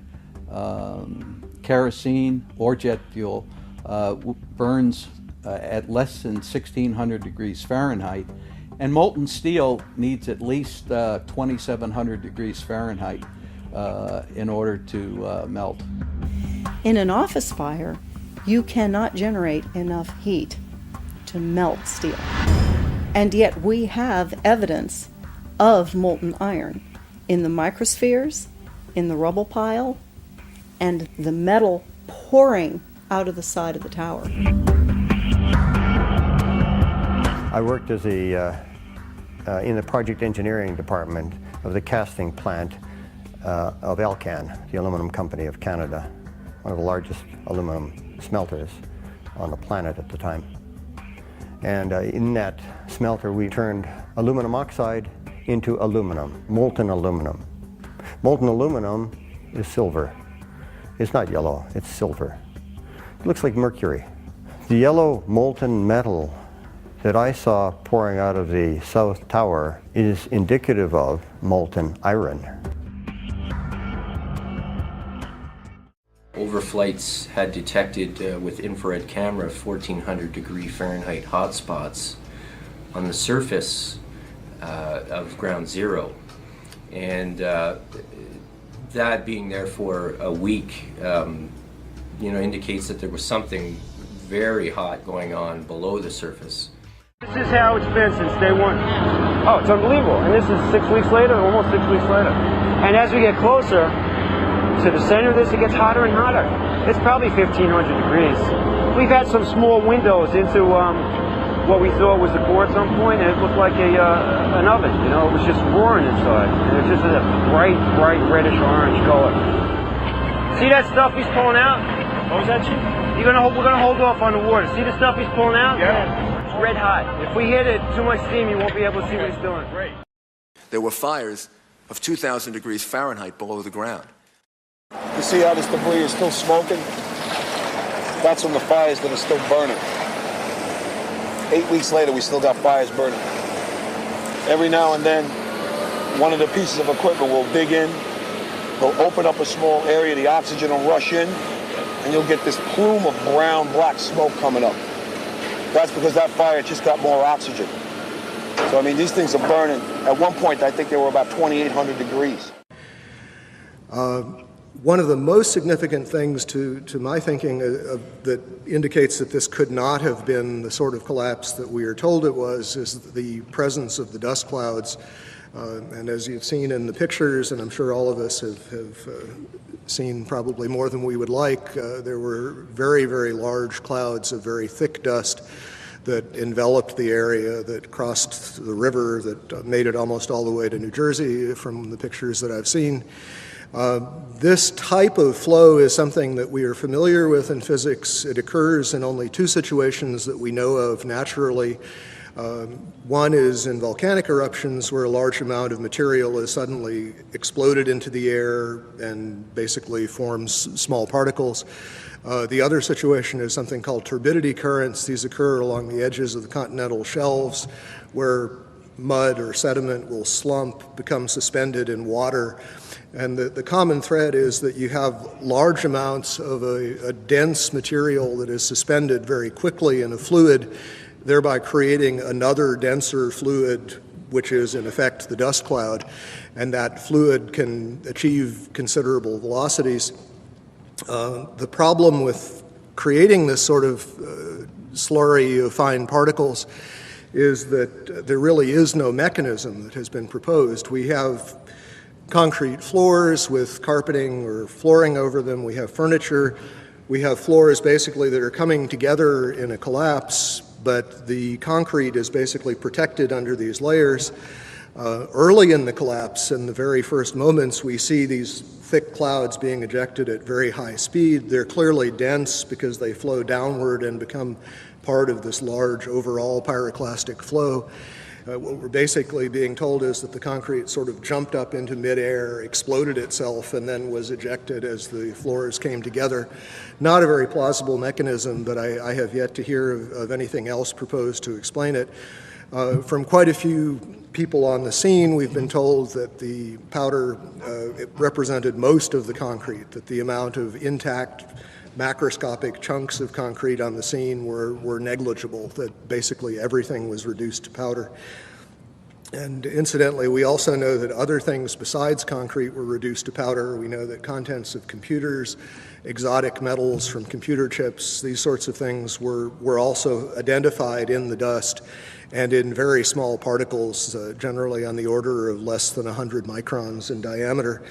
So we have a real issue of mechanism as far as what in the process of this collapse could cause so many things to be pulverized so finely. You have 2 110-story office buildings. You don't find a desk. You don't find a chair. You don't find a telephone, a computer.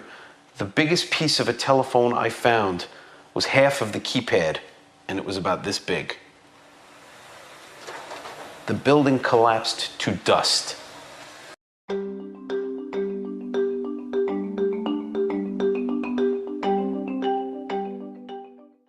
The spread of debris in a large radius around each tower. What we see is an outward explosion of material beyond the perimeters of each footprint.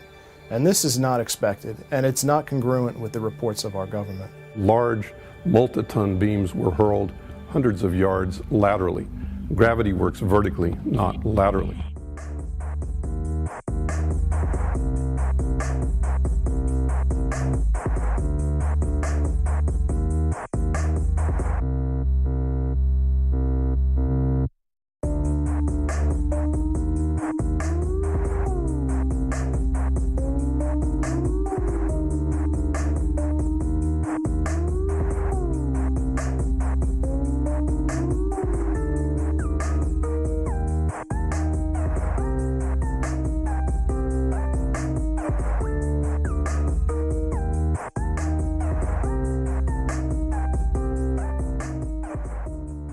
So something's happening to throw these things horizontally at those kinds of speeds. And here it is trailing white smoke the whole time. It really is indicative of some kind of explosion. The individual explosions that I noticed 20 and 30 and 40 stories below the collapsing structure. And naysayers tend to say, well, that's just air being blown out the windows. I mean, it doesn't really work to say it's just air pressure. And I've estimated these are coming out faster than 100 miles an hour. The floors pancaking upon themselves would create gushes of air out the side, but not the kind of explosive force that we saw that would throw I-beams across the street into the windows of other buildings. The ejection of the materials out of the building, the manner in which it fell, the speed at which it fell, exhibited all the signs of demolitions and the completeness of the destruction down to their individual elements. When the South Tower was destroyed, at first it looked like it was going to land in the street or take a building out next to it, and then all of a sudden it disappears in this huge cloud of smoke.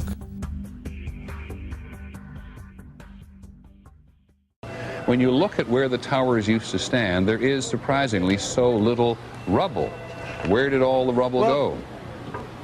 It's a very good question, Peter, and I have asked some people who've been doing some of the rescue and recovery work this morning. If you look behind me, you can see the very remains, the skeletal remains of the World Trade Center. And one volunteer, Robert Gerlinski, explained to me the reason there's so little rubble is that all of it simply fell down into the ground and was pulverized, evaporated.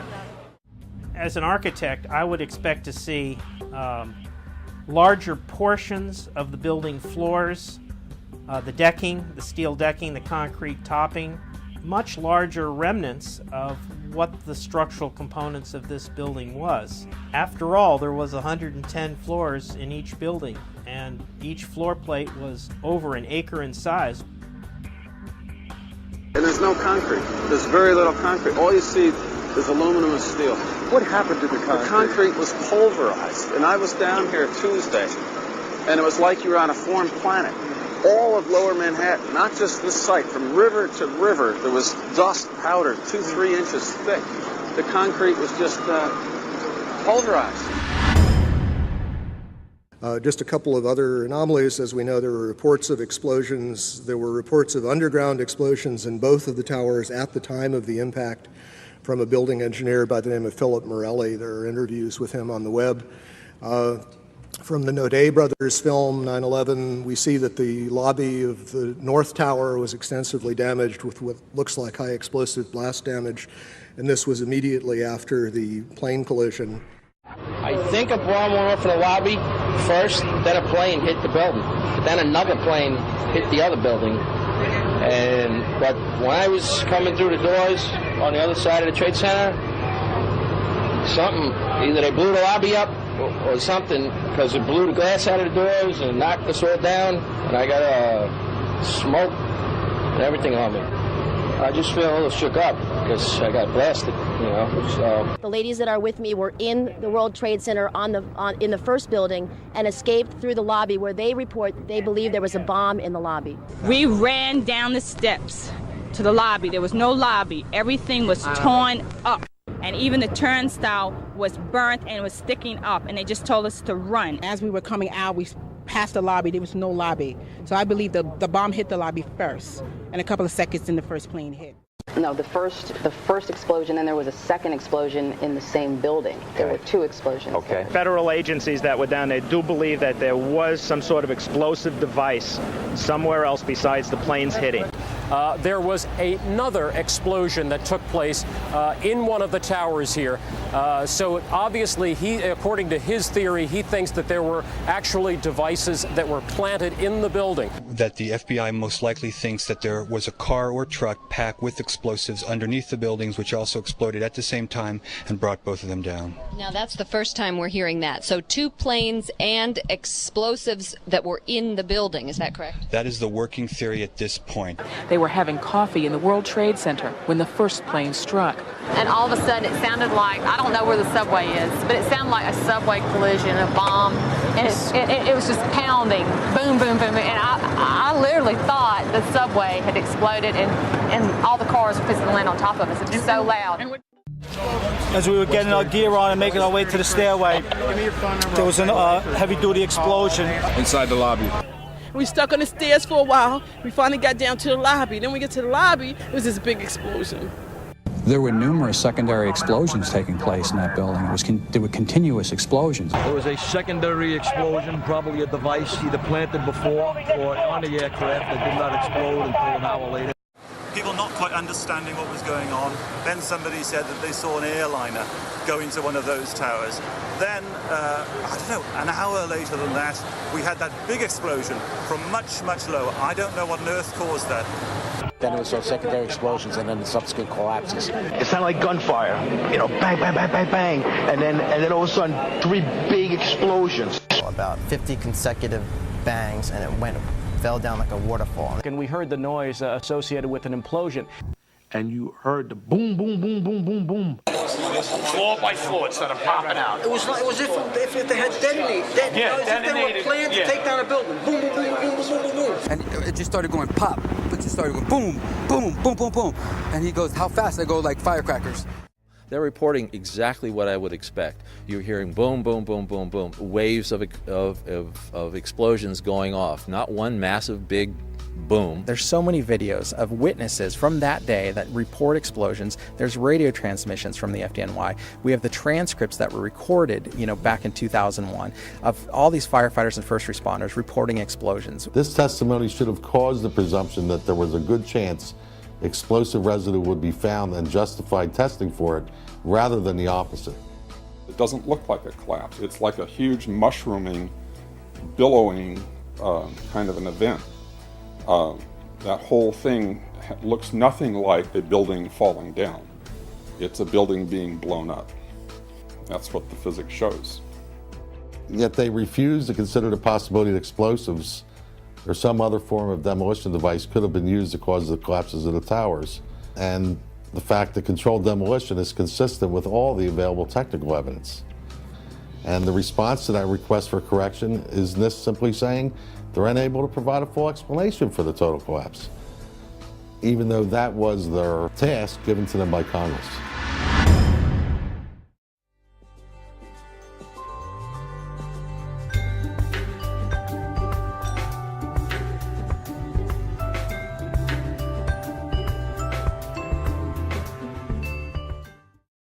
Even though a controlled demolition seems the only valid explanation for the collapses, the debunkers have brought different arguments against this possibility. The first argument is that it would have been impossible to place the explosives under everyone's eyes. You would take an army of workers. It would take months. So this idea that, some crew dressed in black could sneak in the middle of the night and wire a building like that to be demolished is just, it's absurd. Ipotizziamo che siano veramente state minate. Come si fa? Entrano di nascosto delle persone, portano dell'esplosivo. Scusi, sa, devo lasciare qui questa serie di zainetti. Non ci faccia caso, poi spariscono. There are, however, different facts to be considered. The first one is that in the months previous to 9/11, a major renovation of the elevator system in both towers was undertaken. From the March 2001 issue of Elevator World, we read, Ace Elevator undertook what was perhaps one of the largest, most sophisticated elevator modernization programs in the industry's history at New York City's prestigious World Trade Center. No one is suggesting that this company had anything to do with the possible planting of explosives. But such an extensive renovation process would have certainly provided the cover for a special team to access the internal structure of the buildings at any given time. As explained by Richard Heumann, Chief Electrical Engineer for the Twin Towers, the elevator shafts gave direct access to the core columns. I'm very familiar with the interior structure that surrounded the elevator shafts. And, of course, their access to the elevator shafts gave them total access to the surrounding core columns, the interior of the core columns. Secondly, the movement of heavy equipment on floors that were supposedly empty was noticed in the weeks leading up to 9/11. Scott Forbes worked for a financial institution on the 97th floor of the South Tower. It must have been at least 4 to 6 weeks before 9/11. It was like rebuilding work going on upstairs. The tenants, the people from Aon who had been there were moved somewhere else. The offices were just vacant. And there was a lot of heavy machinery building work going on. It was almost like pneumatic drills and lots of hammering, so much so that the floors were shaking. That's how noticeable it was. It was almost as if something heavy was being moved and then it was being taken off wheels, and it was like boom. Our floor underneath literally shook. You could feel the weight above you. William Rodriguez, an employee at the Twin Towers for more than 20 years, recalls a similar experience. As I stood there on the 33rd floor, I heard very strange noises on the 34th floor. I heard very heavy equipment being moved around, and it sounded like dumpsters with metal wheels being moved around, and I got scared because I knew it was an empty floor. Nobody was supposed to be there. As a matter of fact, not even the elevators stopped there. You have to have a special access key to open the door on the 34th floor. Thirdly, after the 1993 attack, bomb-sniffing dogs had been adopted in the security system of the Twin Towers. But on Thursday, September the 6th, bomb-sniffing dogs were abruptly removed, according to a security guard, with no apparent reason. And lastly, there was an unprecedented power down in the South Tower on the very weekend before 9/11. For the first time in 30 years, all the security systems in the building had become useless at the same time. People could come and go as they pleased, even in protected areas, without being seen nor recorded by surveillance cameras. The previous weekend, there had been a power down. Because of the power down, there was a complete breakdown of security that weekend. We had guided tours coming into secured areas by mistake and nobody picking it up because there's no intrusion alarms or anything else. Scott Forbes was also present during the power down. There was a power down in the South Tower on the weekend of the 8th and 9th of September. And it wouldn't have just have affected camera security, it would have affected all the secure systems on doors for either key locks or security badges and so on. To undo them, they weren't working because they're all powered by electricity, so there was no power, there was no backup system, therefore they were all open. What again was the excuse that the Port Authority gave you, Scott, for this 36-hour period of the power being down in the South Tower? The explanation was that there was a recabling exercise to increase the bandwidth of networks that were available in the towers. The debunkers are right. It would have been very difficult to bring in the explosives without being noticed. But with the proper cover story, it could have been done under everyone's eyes, in full daylight, without anybody even questioning what was going on.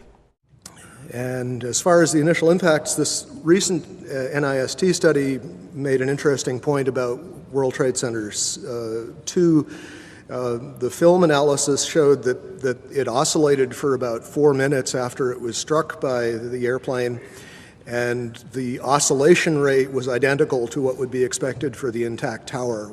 Trade Center towers in most modern buildings are heavily redundant in the sense that the load bearing can be shifted to other members if some of them fail, and we saw that happen in this case. Stresses do redistribute, but absent further weakening of the structural members, that distribution is limited. It happens, the structure restabilizes, and unless there's significant further damage, it doesn't progress to a total collapse. For the towers to collapse the way we saw them collapse basically implies that the columns simply collapsed into themselves. They telescoped straight down. Steel keeps a lot of its structural integrity, even when heated, until you begin to approach the melting point. You don't really see a catastrophic loss of strength, and this is what we're talking about. We're talking about basically vertical box columns collapsing into themselves, which implies a complete loss of mechanical strength. The top section pushing on the bottom section, it's going to meet equal forces as it goes. Both sections are going to be demolished at the same rate. So by the time you've crushed up 15 stories below it, the top 15 stories are also going to be crushed. And so there's nothing left now to crush the rest of the building. Something of this kind is what we should have seen when the top section of the towers collapsed onto the lower one. The upper and lower sections should have mutually destroyed each other until all the energy is dissipated and the system comes to a rest. Alternatively, as shown in this experiment with 2 towers made of snow, the top section could have fallen off to the side after the initial collapse. What could not have happened is this. A little tiny chunk of the building can't possibly fall and crush the entire structure below it. This is such a simple, fundamental concept that architects and engineers were astonished in seeing it totally ignored by NIST. This is high school physics. And our whole society is being led to believe that these fundamental laws of physics, hard science, don't apply anymore. But even if we assume that the top section of the tower had enough potential energy to destroy the rest of the structure below, it could not have done so at the speed it did, which was near freefall speed. Assuming that the top section on the left contains enough potential energy to destroy the rest of the tower, and assuming we dropped both upper sections at the same time, which one would hit the ground first? It would be the second, of course. As it finds no obstacles in its path, the section on the right would quickly accelerate to free fall speed and maintain it all the way to the ground. The section on the left instead needs to use some of its energy to destroy the structure below, so it could never achieve free fall speed. In the case of the Twin Towers, however, both upper sections fell with an acceleration close to free fall speed, as if their path had been practically free from obstacles. It took each tower between 10 and 12 seconds to collapse to the ground, while an absolute free fall time would have been 9.2 seconds. In other words, both upper sections of the towers found enough energy to destroy 80,000 tons of healthy structure below while accelerating to near free-fall speed. This is, as we have said, absolutely impossible by gravity alone. The law of momentum conservation won't allow it. A building cannot do free fall with a huge steel structural system in place to support it. The Twin Towers could not have come straight down through the resistance of 80,000 tons of structural steel at the speed of practically free fall. That just would not happen. If in fact it actually hit and made an impact, it was effectively crushing anything, pushing hard on this core structure below it, the core structure is going to push back equally hard, and that's what's going to cause the top section of the building to slow down.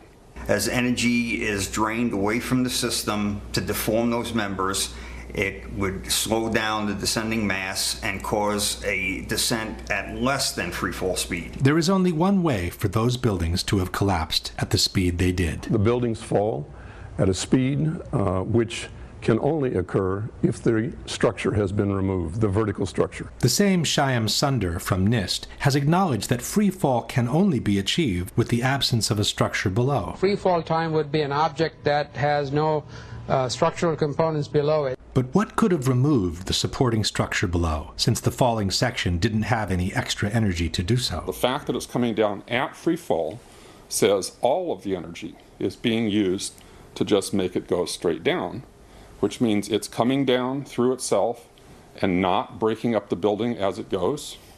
Something else has to be clearing the way. The near free fall speed of about 10 seconds has been confirmed by different official sources. The 9/11 Commission wrote that the South Tower collapsed in 10 seconds. Mr. Sunder from NIST has confirmed similar timings. The measurements have indicated that Tower 1 collapsed in about 11 seconds and Tower 2 collapsed in about 9 seconds. Mr. Sunder has also acknowledged that the towers came down practically at free fall speed. As a result, the entire top of the building came down pretty much in free fall. The same admission is present in the official report. Since the stories below the level of collapse initiation provided little resistance, the building section above came down essentially in free fall. At this point, we can pose the following question. Given that the building section above came down essentially in free fall, given that for free fall to occur, no supporting structure must be present, and given that the falling sections didn't have any extra energy to destroy the structure below, can you suggest anything different from some kind of controlled demolition for the removal of the supporting structure, which was necessary for near free fall speed to be achieved?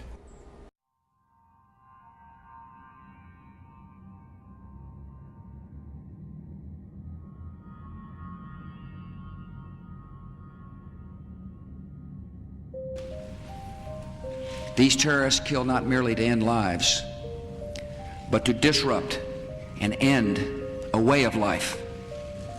With every atrocity, they hope that America grows fearful, retreating from the world and forsaking our friends.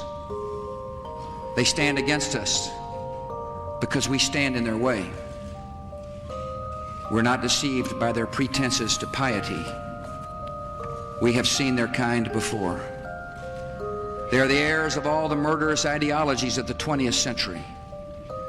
By sacrificing human life to serve their radical visions, by abandoning every value except the will to power, they follow in the path of fascism, Nazism, and totalitarianism. And they will follow that path all the way to where it ends, in history's unmarked grave of discarded lies.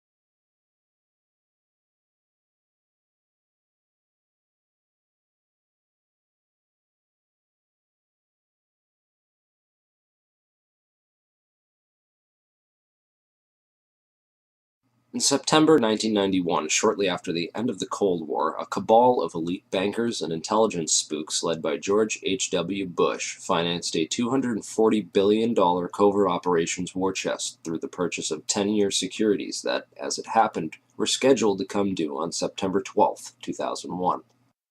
Project Hammer was undoubtedly used for a wide variety of illicit intelligence operations, but mainly it was used to finance a covert economic operation against the collapsing Soviet Union, whereby unknown Western investors bought up much of the Soviet industry with a focus on oil and gas, crashing the Russian economy, looting its central bank, orchestrating what became known as the Great Ruble Scam, and a wide variety of other clandestine, state-assisted operations designed to thoroughly prevent Russia from ever contesting the U.S. as a world superpower, while in the process lining the pockets of these economic hitmen who swooped in to devour the collapsing Russian economy after the fall of the Soviet Union. A spectacular investment for all, at least until money laundering investigations began tracing all the money, or when the 10-year deadline came up and the securities became due and began the routine process of authenticity and ownership checks. Evidence shows that several federal and private investigations had already stumbled upon the Hammer Fund and were compiling evidence on it up until the 9/11 attacks. These included the Office of Naval Intelligence, or ONI, which was moved to the outer E-ring of the recently renovated section of the Pentagon that was targeted and destroyed on 9/11. According to E.P. Heidner, the ONI had been investigating crimes associated with the plundering of Russia. 39 out of the 40 people who worked in those offices were killed on 9/11, including the entire chain of command.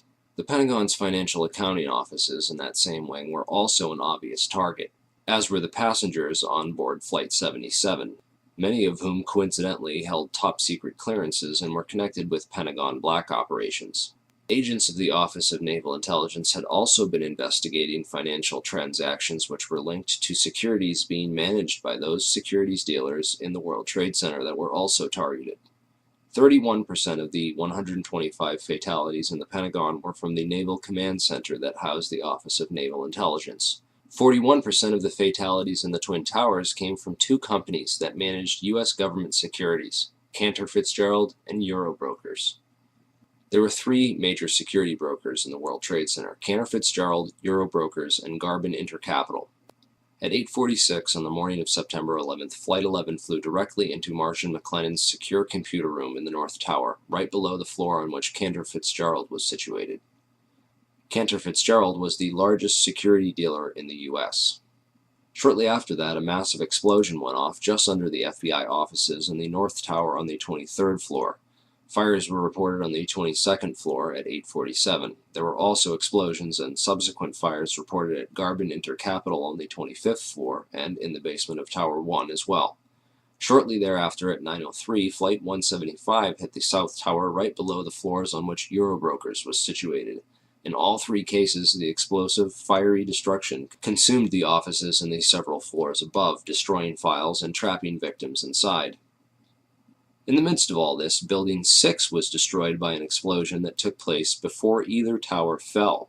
This secondary explosion took out a portion of the building which just happened to include the El Dorado Task Force's offices. The El Dorado Task Force was an interagency money laundering watchdog group responsible for coordinating all major money laundering investigations in the U.S. In the immediate aftermath of September 11th, these groups would be redirected to investigate terrorist financing. Building 6 was located directly between the North Tower and World Trade Center Building 7. While large portions of World Trade Center 6 were gutted by explosions and later by falling debris from the North Tower, the building itself did not suffer a global symmetric collapse at near freefall acceleration as did Buildings 1, 2, and 7. FEMA photographer and 9/11 whistleblower Kurt Sonnenfeld took some interesting pictures of the U.S. Customs vault in the basement of World Trade Center 6, which was found completely empty and left with the door wide open. All of its contents appear to have been looted during the attacks. There is also evidence that gold was being looted from the vaults beneath World Trade Center 4. There were several early reports of a 10-wheel truck packed with stolen bullion caught fleeing World Trade Center 5 when the vehicle had become stuck on a collapsed ceiling brace, forcing the driver to flee the scene. Many researchers have stumbled across one or two of these anomalies from time to time: the empty vaults, the secondary explosions, the fireproofing upgrades on the exact floors coinciding with failure and impact in the towers, the suspicious power downs and evacuation drills, the World Trade Center tenants and security firms like AIG, Marsh & McLennan, and Kroll, and their close ties with the intelligence community, etc., etc. These anomalies are not unrelated, but nevertheless became lost inside the chaos of that September morn, the aftermath and subsequent cover-ups. Okay, so what does all this mean? Overall, a critical mass of brokers from the major government security brokerages in the Twin Towers had to be eliminated to create chaos in the government securities market. A situation needed to be created wherein $240 billion of covert securities could be electronically cleared without anyone asking questions, which happened when the Federal Reserve declared an emergency and invoked its emergency powers that very afternoon. On September 14th, the Securities and Exchange Commission declared a national emergency and for the first time in U.S. history invoked its emergency powers under the Securities Exchange Act Section 12K and eased regulatory restrictions for clearing and settling security trades for the next 15 days. These changes would have allowed the estimated $240 billion in covert government securities to be cleared upon maturity without the standard regulatory controls around identification of ownership. The towers needed to be demolished to create a big enough mess that the illicit activities taking place behind the scenes that morning could be hidden in the confusion of that day. Okay, now let's talk a little bit about who did it and how. 9/11 whistleblower Richard Andrew Grove was a software salesperson for a company called Silverstream. Silverstream's technology was on the cutting edge of Internet solutions, offering software to web-enable the critical business functions of Fortune 500 companies, basically integrating and making available on the web the disparate legacy applications and mainframes while simultaneously streamlining workflow and traditional paper processes, with an end result being a lower cost of operation and more efficient transactions. Silverstream had built Internet transactional and trading platforms for Merrill Lynch, Deutsche Bank, Bankers Trust, Alex Brown, and Morgan Stanley, to name a few. Leading up to 9/11, Silverstream was designing specialized accounting software for a major client, Marsh & McLennan. Marsh is the world's largest insurance brokerage and was located right below Cantor Fitzgerald in the North Tower. Approximately 295 Marsh employees were murdered that morning, along with other innocent victims and employees who either knew too much or too little about their chosen work environment. But most importantly, Silverstream provided a specific type of connectivity that was used to link AIG and Marsh & McLennan, the first two commercial companies on the planet to employ this type of transaction. What then were Marsh and AIG doing, and why did they need to leverage technologies that no other commercial entity on the face of the earth needed to use to conduct business? The recovered hard drives from the World Trade Center, combined with Richard Grove's testimony, give us some intriguing clues. Grove discovered that Silverstream was overbilling Marsh to the tune of $7 million extra for fictitious and unneeded hardware. He also became aware of an exploitable flaw in the accounting software that had been sold to a variety of Marsh's clients and partners. When he brought this up to his superiors at Silverstream and others at Marsh, he was told to keep quiet and not to worry about it. But other friends of his at Marsh were also getting concerned and began documenting what was going on and raising concerns within the company. At last, they were finally granted a hearing with one of Marsh's high-ranking executives and were told to bring all their evidence to a hearing scheduled for 8:30 a.m. on September 11, 2001, on the 93rd floor. The high-ranking member of Marsh, who Grove did not name, would participate via teleconference from the safety of his home, while Marsh employees and potential whistleblowers, Gary Lasko, Catherine Lee, Ken Rice, Richard Breuhardt, and John Oltzhofer, would dine in the meeting room in the North Tower with all their evidence when American Airlines Flight 11 would impact that very section of the building. Richard Grove fortunately got stuck in traffic that morning and didn't make it. Computer hard drives recovered from the World Trade Center show a spike in suspicious transfers that took place within the World Trade Center as the 9/11 attacks were unfolding. Richard Grove is convinced that these suspicious money transfers were performed electronically using Silverstream software, and that the overbilling of Marsh was hush money for the operations. It would certainly have helped clear up that $240 billion in securities and make it look like any of those companies might have done it.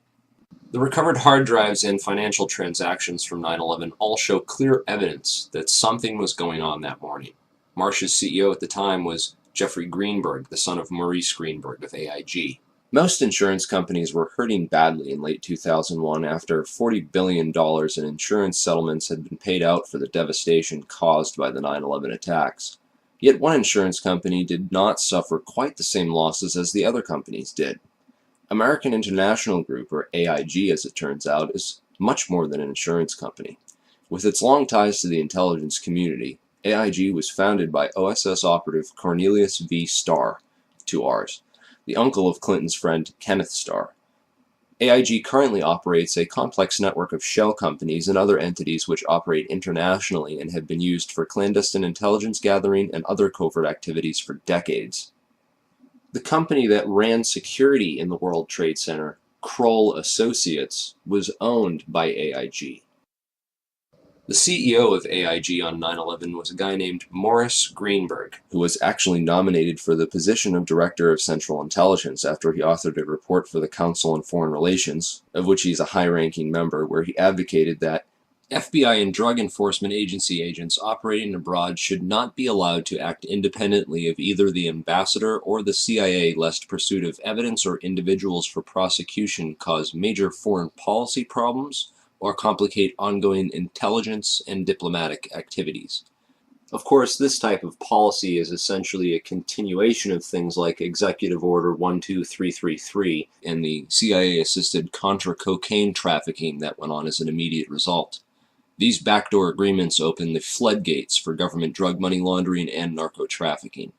Former LAPD narcotics detective turned whistleblower Michael Rupert has written a series of excellent articles documenting AIG's involvement in drug money laundering, undoubtedly revealing yet another motive for the invasion of Afghanistan, a country which currently produces over 90% of the world's heroin supply. Drugs are arguably the most profitable commodity on the entire international market, and drug money was undoubtedly a motive behind the invasion of Afghanistan and consequently the 9/11 attacks. While companies like AIG launder the drug money for big banks, the actual drug production and trafficking can be traced back to the same Iran-Contra affiliates like Richard Armitage and Frank Carlucci. Unfortunately, that rabbit hole is a bit too deep and off-topic to get into here.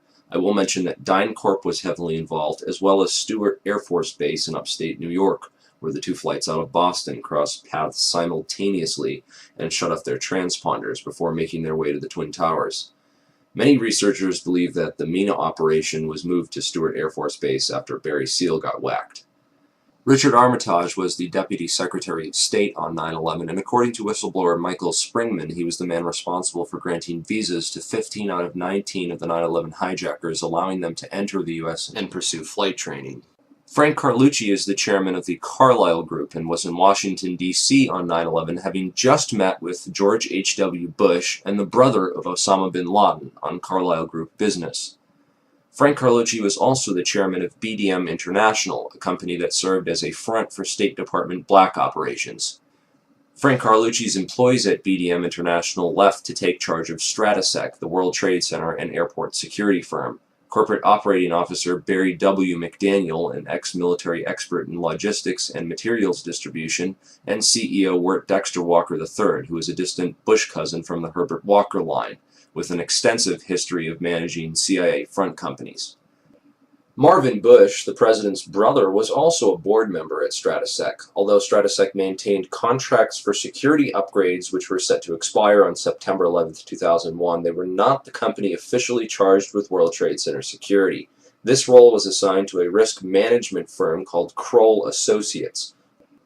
Kroll's chairman, Jerome Hauer, was a longtime personal friend of ex-FBI counterterrorism expert John O'Neill and was responsible for O'Neill's appointment as head of security for the World Trade Center just a few days prior to the 9/11 attacks.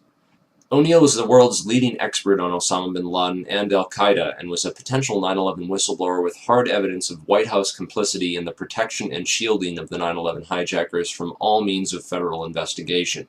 Al-Qaeda hijacking suspects were flagged by the Able Danger terrorist tracking program, which was also shut down by the White House. Able Danger whistleblower Anthony Schaefer claims the U.S. government destroyed over 6 terabytes of data related to Able Danger, which he also claims identified 9/11 ringleader Mohammed Atta as early as February of 2000. Those atop the chain of command in the White House, military, and intelligence establishment deliberately ignored all the warning signs of an impending attack. a clever strategy of plausible deniability which also served to portray those in charge as incompetent rather than complicit. In every major head throughout the chain of command on 9/11, from NORAD to the military, we see a repeated theme of complicity through negligence or incompetence. After 9/11, failure and incompetence was rewarded, and whistleblowers were silenced. Combined with the fact that 6 corporations control 90% of the media, and CIA operations like Mockingbird admit to taking over and subverting our U.S. media, we can understand how such a big lie could have been kept from the American public for so long. But if you stop and take the time to do your research, you'll find all the evidence is there, hidden beneath a mountain of disinfo and lies. It's been 10 years since 9/11 happened, and we are left with hundreds, if not thousands, of unanswered questions about the 9/11 attacks. A transparently fraudulent 9/11 Commission report, which purposely failed to even mention the collapse of World Trade Center 7, and a host of ridiculous, so-called debunking websites, forums, and other literature, which have done absolutely nothing over the past 10 years to debunk anything other than cleverly selected strawman arguments, and have failed to stem the constant flow of new 9/11 information, which researchers have been uncovering and bringing out to the public. Instead, they continue to label truth seekers, including family members of people who died on 9/11, as conspiracy theorists, and devise clever propaganda designed to prevent the general public from looking any further into the evidence or the actual claims of the so-called conspiracy theorists. In this video, we will take a deeper look into the so-called investigations, which have provided us with the official story, and why they deserve a more thorough examination. The Bush administration stalled government investigations into 9/11 for over 400 days. A week after 9/11, letters containing anthrax spores were mailed to several news media offices and 2 senators who were perhaps a bit too vocal about opening an official investigation into 9/11. The anthrax used in the attacks was identified as an Ames strain, which means it had to have come from the U.S. Army Medical Research Institute of Infectious Diseases at Fort Detrick, Maryland. A member of that institute, Jerome Hauer, managed the National Institute of Health response to the anthrax attacks. Coincidentally, Hauer also warned the White House to start taking Cipro, an antibiotic which is effective against anthrax, a week before the attacks.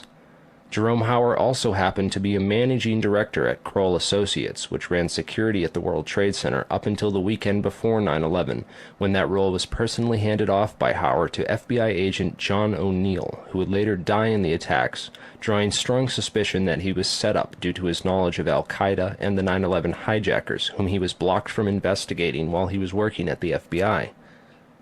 In January 2002, President Bush personally asked Senate Majority Leader Tom Daschle to limit the congressional investigation into the events of September 11th. The Bush administration only formed the 9/11 Commission after being prodded by the victims' families, who lobbied Congress for over a year to open the investigations. When the Bush administration finally did open a 9/11 investigation, it was described by some members as set up to fail. The President has said only a minority of the Commission can see a minority of the documents, and then they have to clear what they're going to say to the rest of the Commission with the White House. If you're one of those 4 that gets to see these documents, would that change your opinion? No. They don't want any more eyeballs to see their documents than they can possibly get away with. It's a scam. It's absolutely disgusting. They even attempted to appoint Henry Kissinger, a known cover-up mastermind, as head commissioner. He resigned after victims' family members asked him sensitive questions about his connections to the bin Laden family and the Carlyle Group. Philip Zelikow wrote the conclusions for the report before the investigation ever began, and even then any areas which did not support the official story were neither mentioned nor investigated by the 9/11 Commission. 6 out of 10 members of that commission have discussed on record how the government lied about the official story, and 70% of the questions posed by the victims' families were never answered or officially investigated. It's important to look at what happened to the evidence from 9/11. The day of 9/11, most of the FBI was in Monterey, California on an agency retreat. Let's go to our State Department correspondent, Andrea Mitchell. Andrea, what can you tell us? Well, this from the FBI. The State Department has been evacuated. There was a meeting going on in the Operations Center. Other top officials were in the Situation Room at the White House. Colin Powell is in Bogota, Colombia, on a 2-day trip. But this very interesting information, Katie, Matt, and Tom, from the FBI, they had been operating a massive exercise from their hostage rescue unit all of their top teams, about 50 personnel, helicopters, equipment, were in Monterey, California for the last 2 days, scheduled to fly back today commercially. So all of those people are out of place. It's fair to say, according to sources that we've talked to here at NBC, that the FBI rescue operations and other FBI operations are really in chaos right now because they can't reach their officials in New York. All of their phone lines are down, and now you've got all of their special experts on this stuck in Monterey, California, trying to get a military flight back because there are no longer commercial flights. So they are seriously out of pocket, and there is a real breakdown of the FBI anti-terror coordination team, which is, of course, the principal team that would lead any effort and was so effective under Jim Kostrom in New York City during the World Trade Center bombing and the TWA explosion, which, of course, turned out not to be terror. Andrea, is the State Department... This was essential for keeping the more experienced and honest members of the agency as far away from the crime scene as possible, while other agency insiders could be assigned to the investigations before their counterparts returned. Federal authorities such as FEMA and the CIA took immediate control over the crime scene and began whisking away evidence that very same night.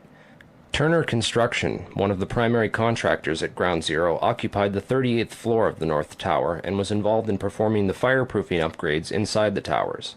It has been noted that these upgrades were completed in the 3 years before 9/11 on floors that match up almost identically to the floors of impact and failure on 9/11.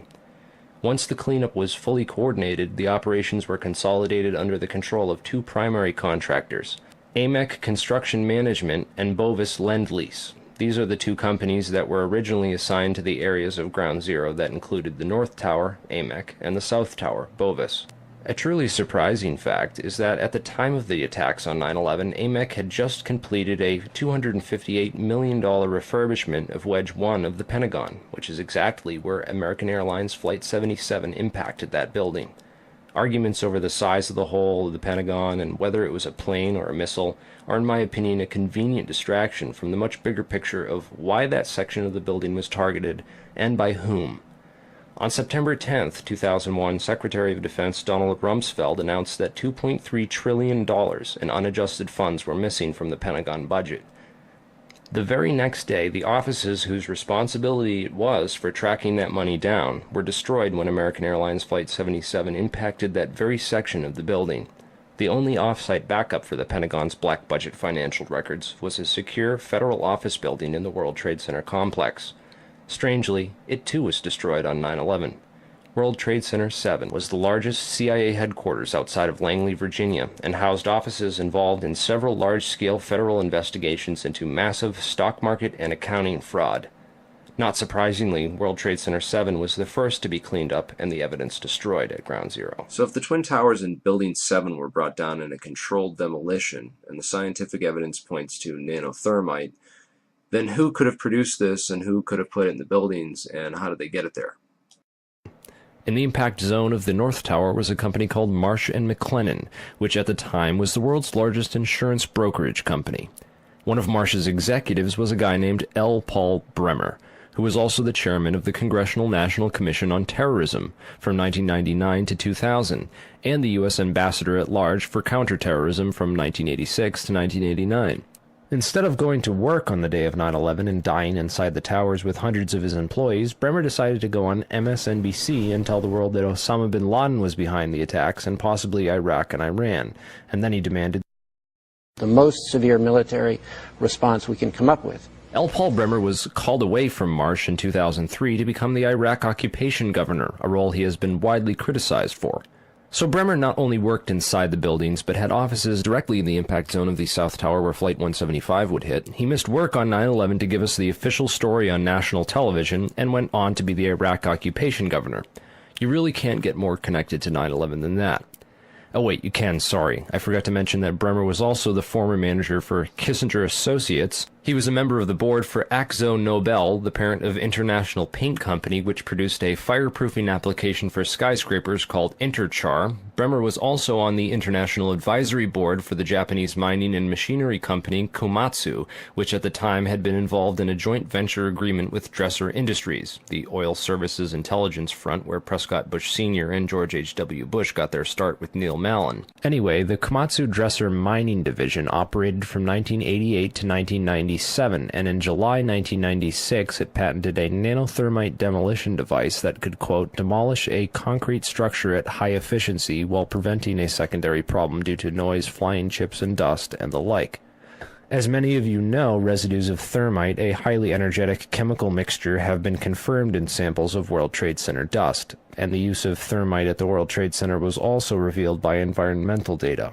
See the description for more links and sources. Scientific Applications International Corporation, a defense contractor with expertise in thermite-related technologies, played a large part in the NIST World Trade Center investigation. A few other names and companies inside the Twin Towers also worthy of further investigation include Craig Stapleton, who is married to Bush's cousin Dorothy Walker Bush. Stapleton was the president of Marsh Real Estate Advisors from 1982 to 2001. He was a member of the board of directors for Cendant, that was charged with massive accounting fraud in 1998, and went on to join Winston Partners, a privately owned investment firm founded in 1993 and led by George W. Bush's brother Marvin. Other very powerful and well-connected people worked in senior management at Marsh. These included Stephen Friedman, a senior principal at Marsh Capital and former partner at Goldman Sachs, who later became George W. Bush's top economic advisor. Friedman was also a member of the Brookings Institution, the Bilderberg Group, the Foreign Intelligence Advisory Board, and the board at In-Q-Tel, the investment firm founded by the CIA in 1998. In-Q-Tel invests in state-of-the-art technologies related to defense and intelligence work, including nano and chemical technologies, according to its website. In another interesting coincidence, Friedman belonged through Cornell University to a secret society called Quill and Dagger, the membership of which includes Paul Wolfowitz, Sandy Berger, and Stephen Hadley. Wolfowitz, the neocon Deputy Secretary of Defense in the Bush administration, was the author in 1992 of the Wolfowitz Doctrine of preemptive warfare.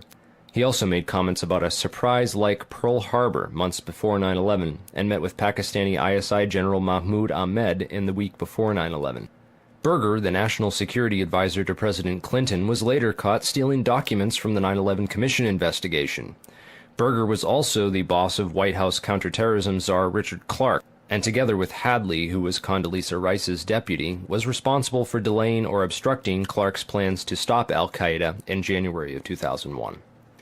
Jeffrey Greenberg resigned from Marsh & McLennan after being accused of serious financial crimes. The first plane of 9/11 flew directly into his company's secure computer room in the North Tower. Jeffrey Greenberg is a member of the Brookings Institution and the Trilateral Commission. Jeffrey Greenberg rose quickly through management at Marsh, having come there directly from AIG in 1995, and then becoming CEO just 4 years later. At Brookings, Greenberg hobnobbed with Lee Hamilton, co-chair of the 9/11 Commission. There's also Jim Pierce, another Bush cousin, who was managing director of Aon Corporation, who, according to the NIST report, modified unknown sections of Floor 83 in the South Tower in 1997. Jim Pierce had arranged a meeting on the 105th floor of the South Tower for that morning. Pierce survived that day, despite the fact that 12 people came to the meeting in the South Tower and 11 of them died. The location of the meeting had been changed the night before to the Millennium Hotel, where Pierce watched the South Tower as it was hit by the aircraft. Apparently, the meeting attendees were not all notified of the change in location. Another interesting character is Joseph Kasputis, of Baseline Financial Service, which occupied the impact zone of the South Tower on floors 77 and 78, where United Airlines 175 impacted. Kasputis has a history of being well connected to the highest levels of government, as well as to the defense and intelligence industries.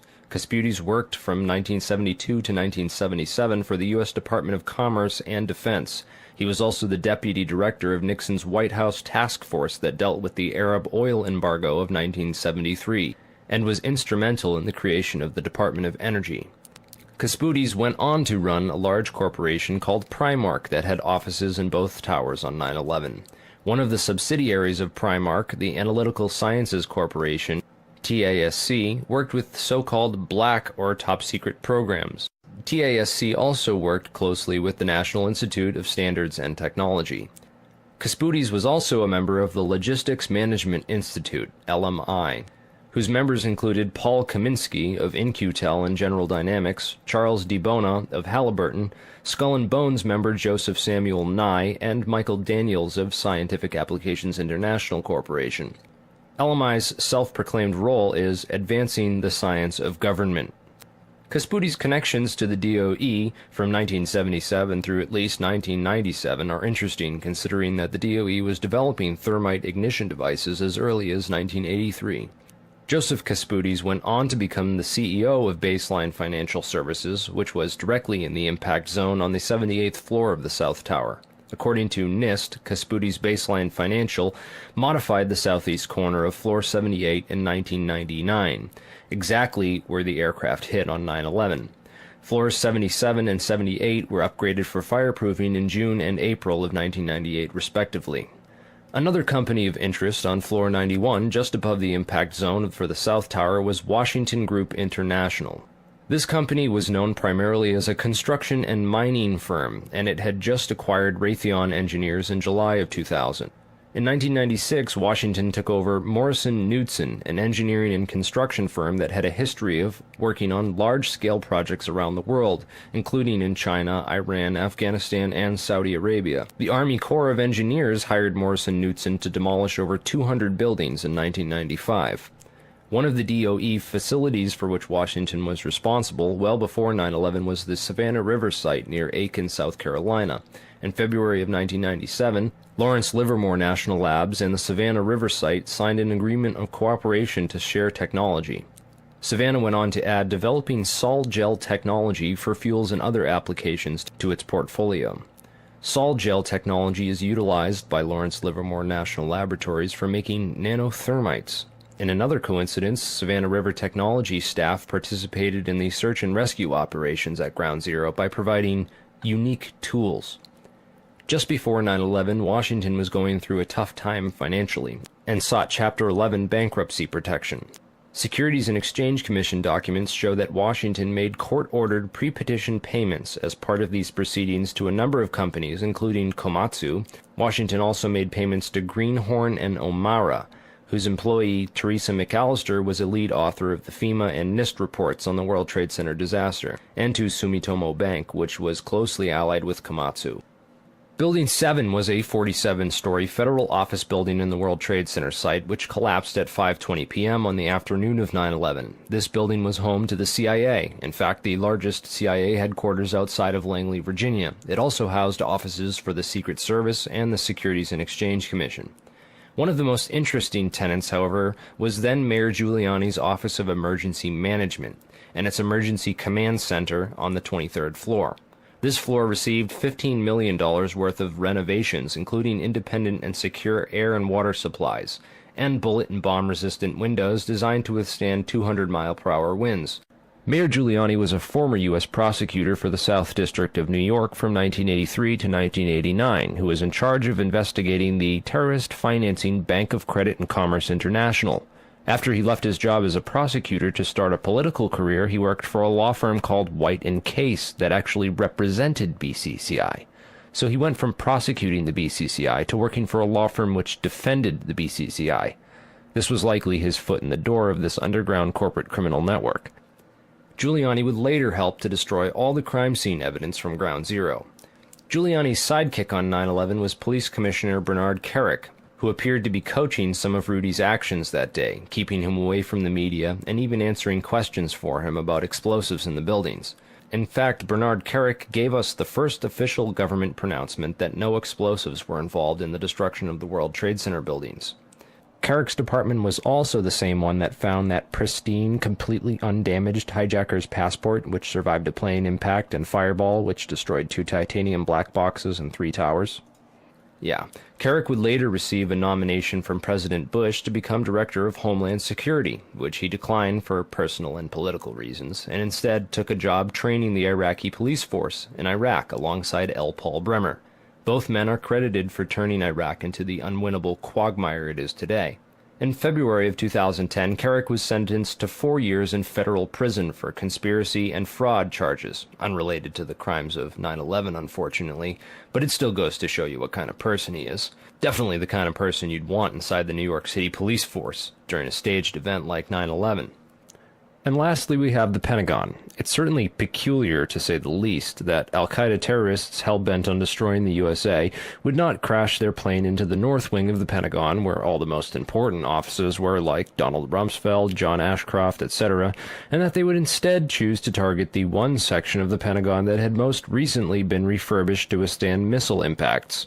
It's also interesting to note that the company which completed the $258 million refurbishment to Wedge 1 of the Pentagon was also hired as a contractor to clean up Ground Zero in New York City.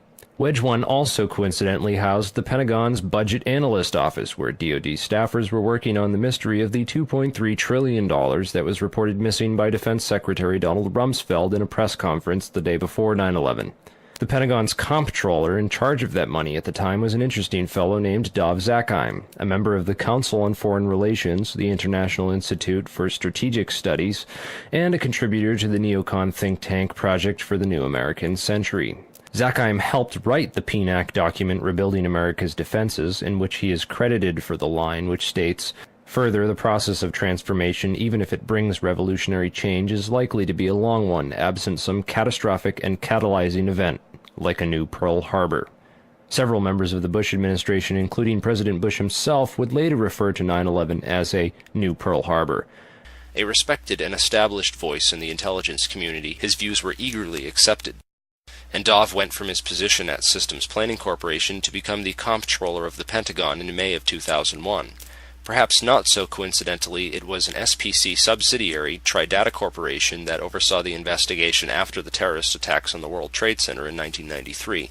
SPC, according to their official website, specializes in many areas of defense technology production and manufacture, including a system developed by their radar physics group called the Flight Termination System, or FTS.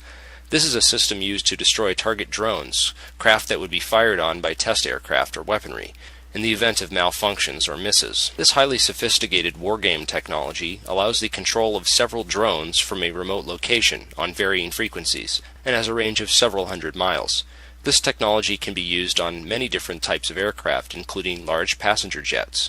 According to the SPC website, a recent customer at that time was Eglin Air Force Base, located in Florida. Eglin is very near another Air Force base in Florida, MacDill Air Force Base, where Dov Zakheim contracted to send at least 32 Boeing 767 aircraft as part of the Boeing Pentagon tanker lease agreement.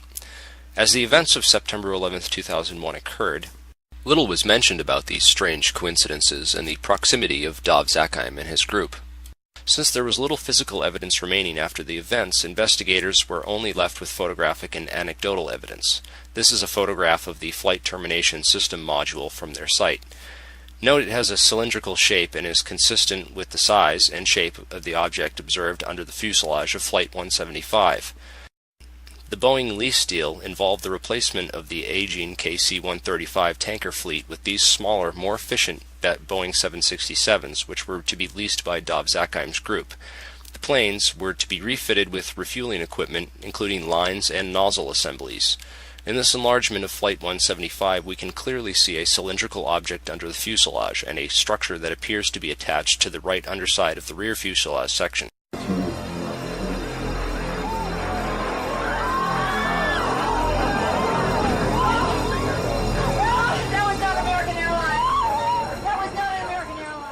When seen in comparison, it is obvious that the plane approaching the Trade Center has both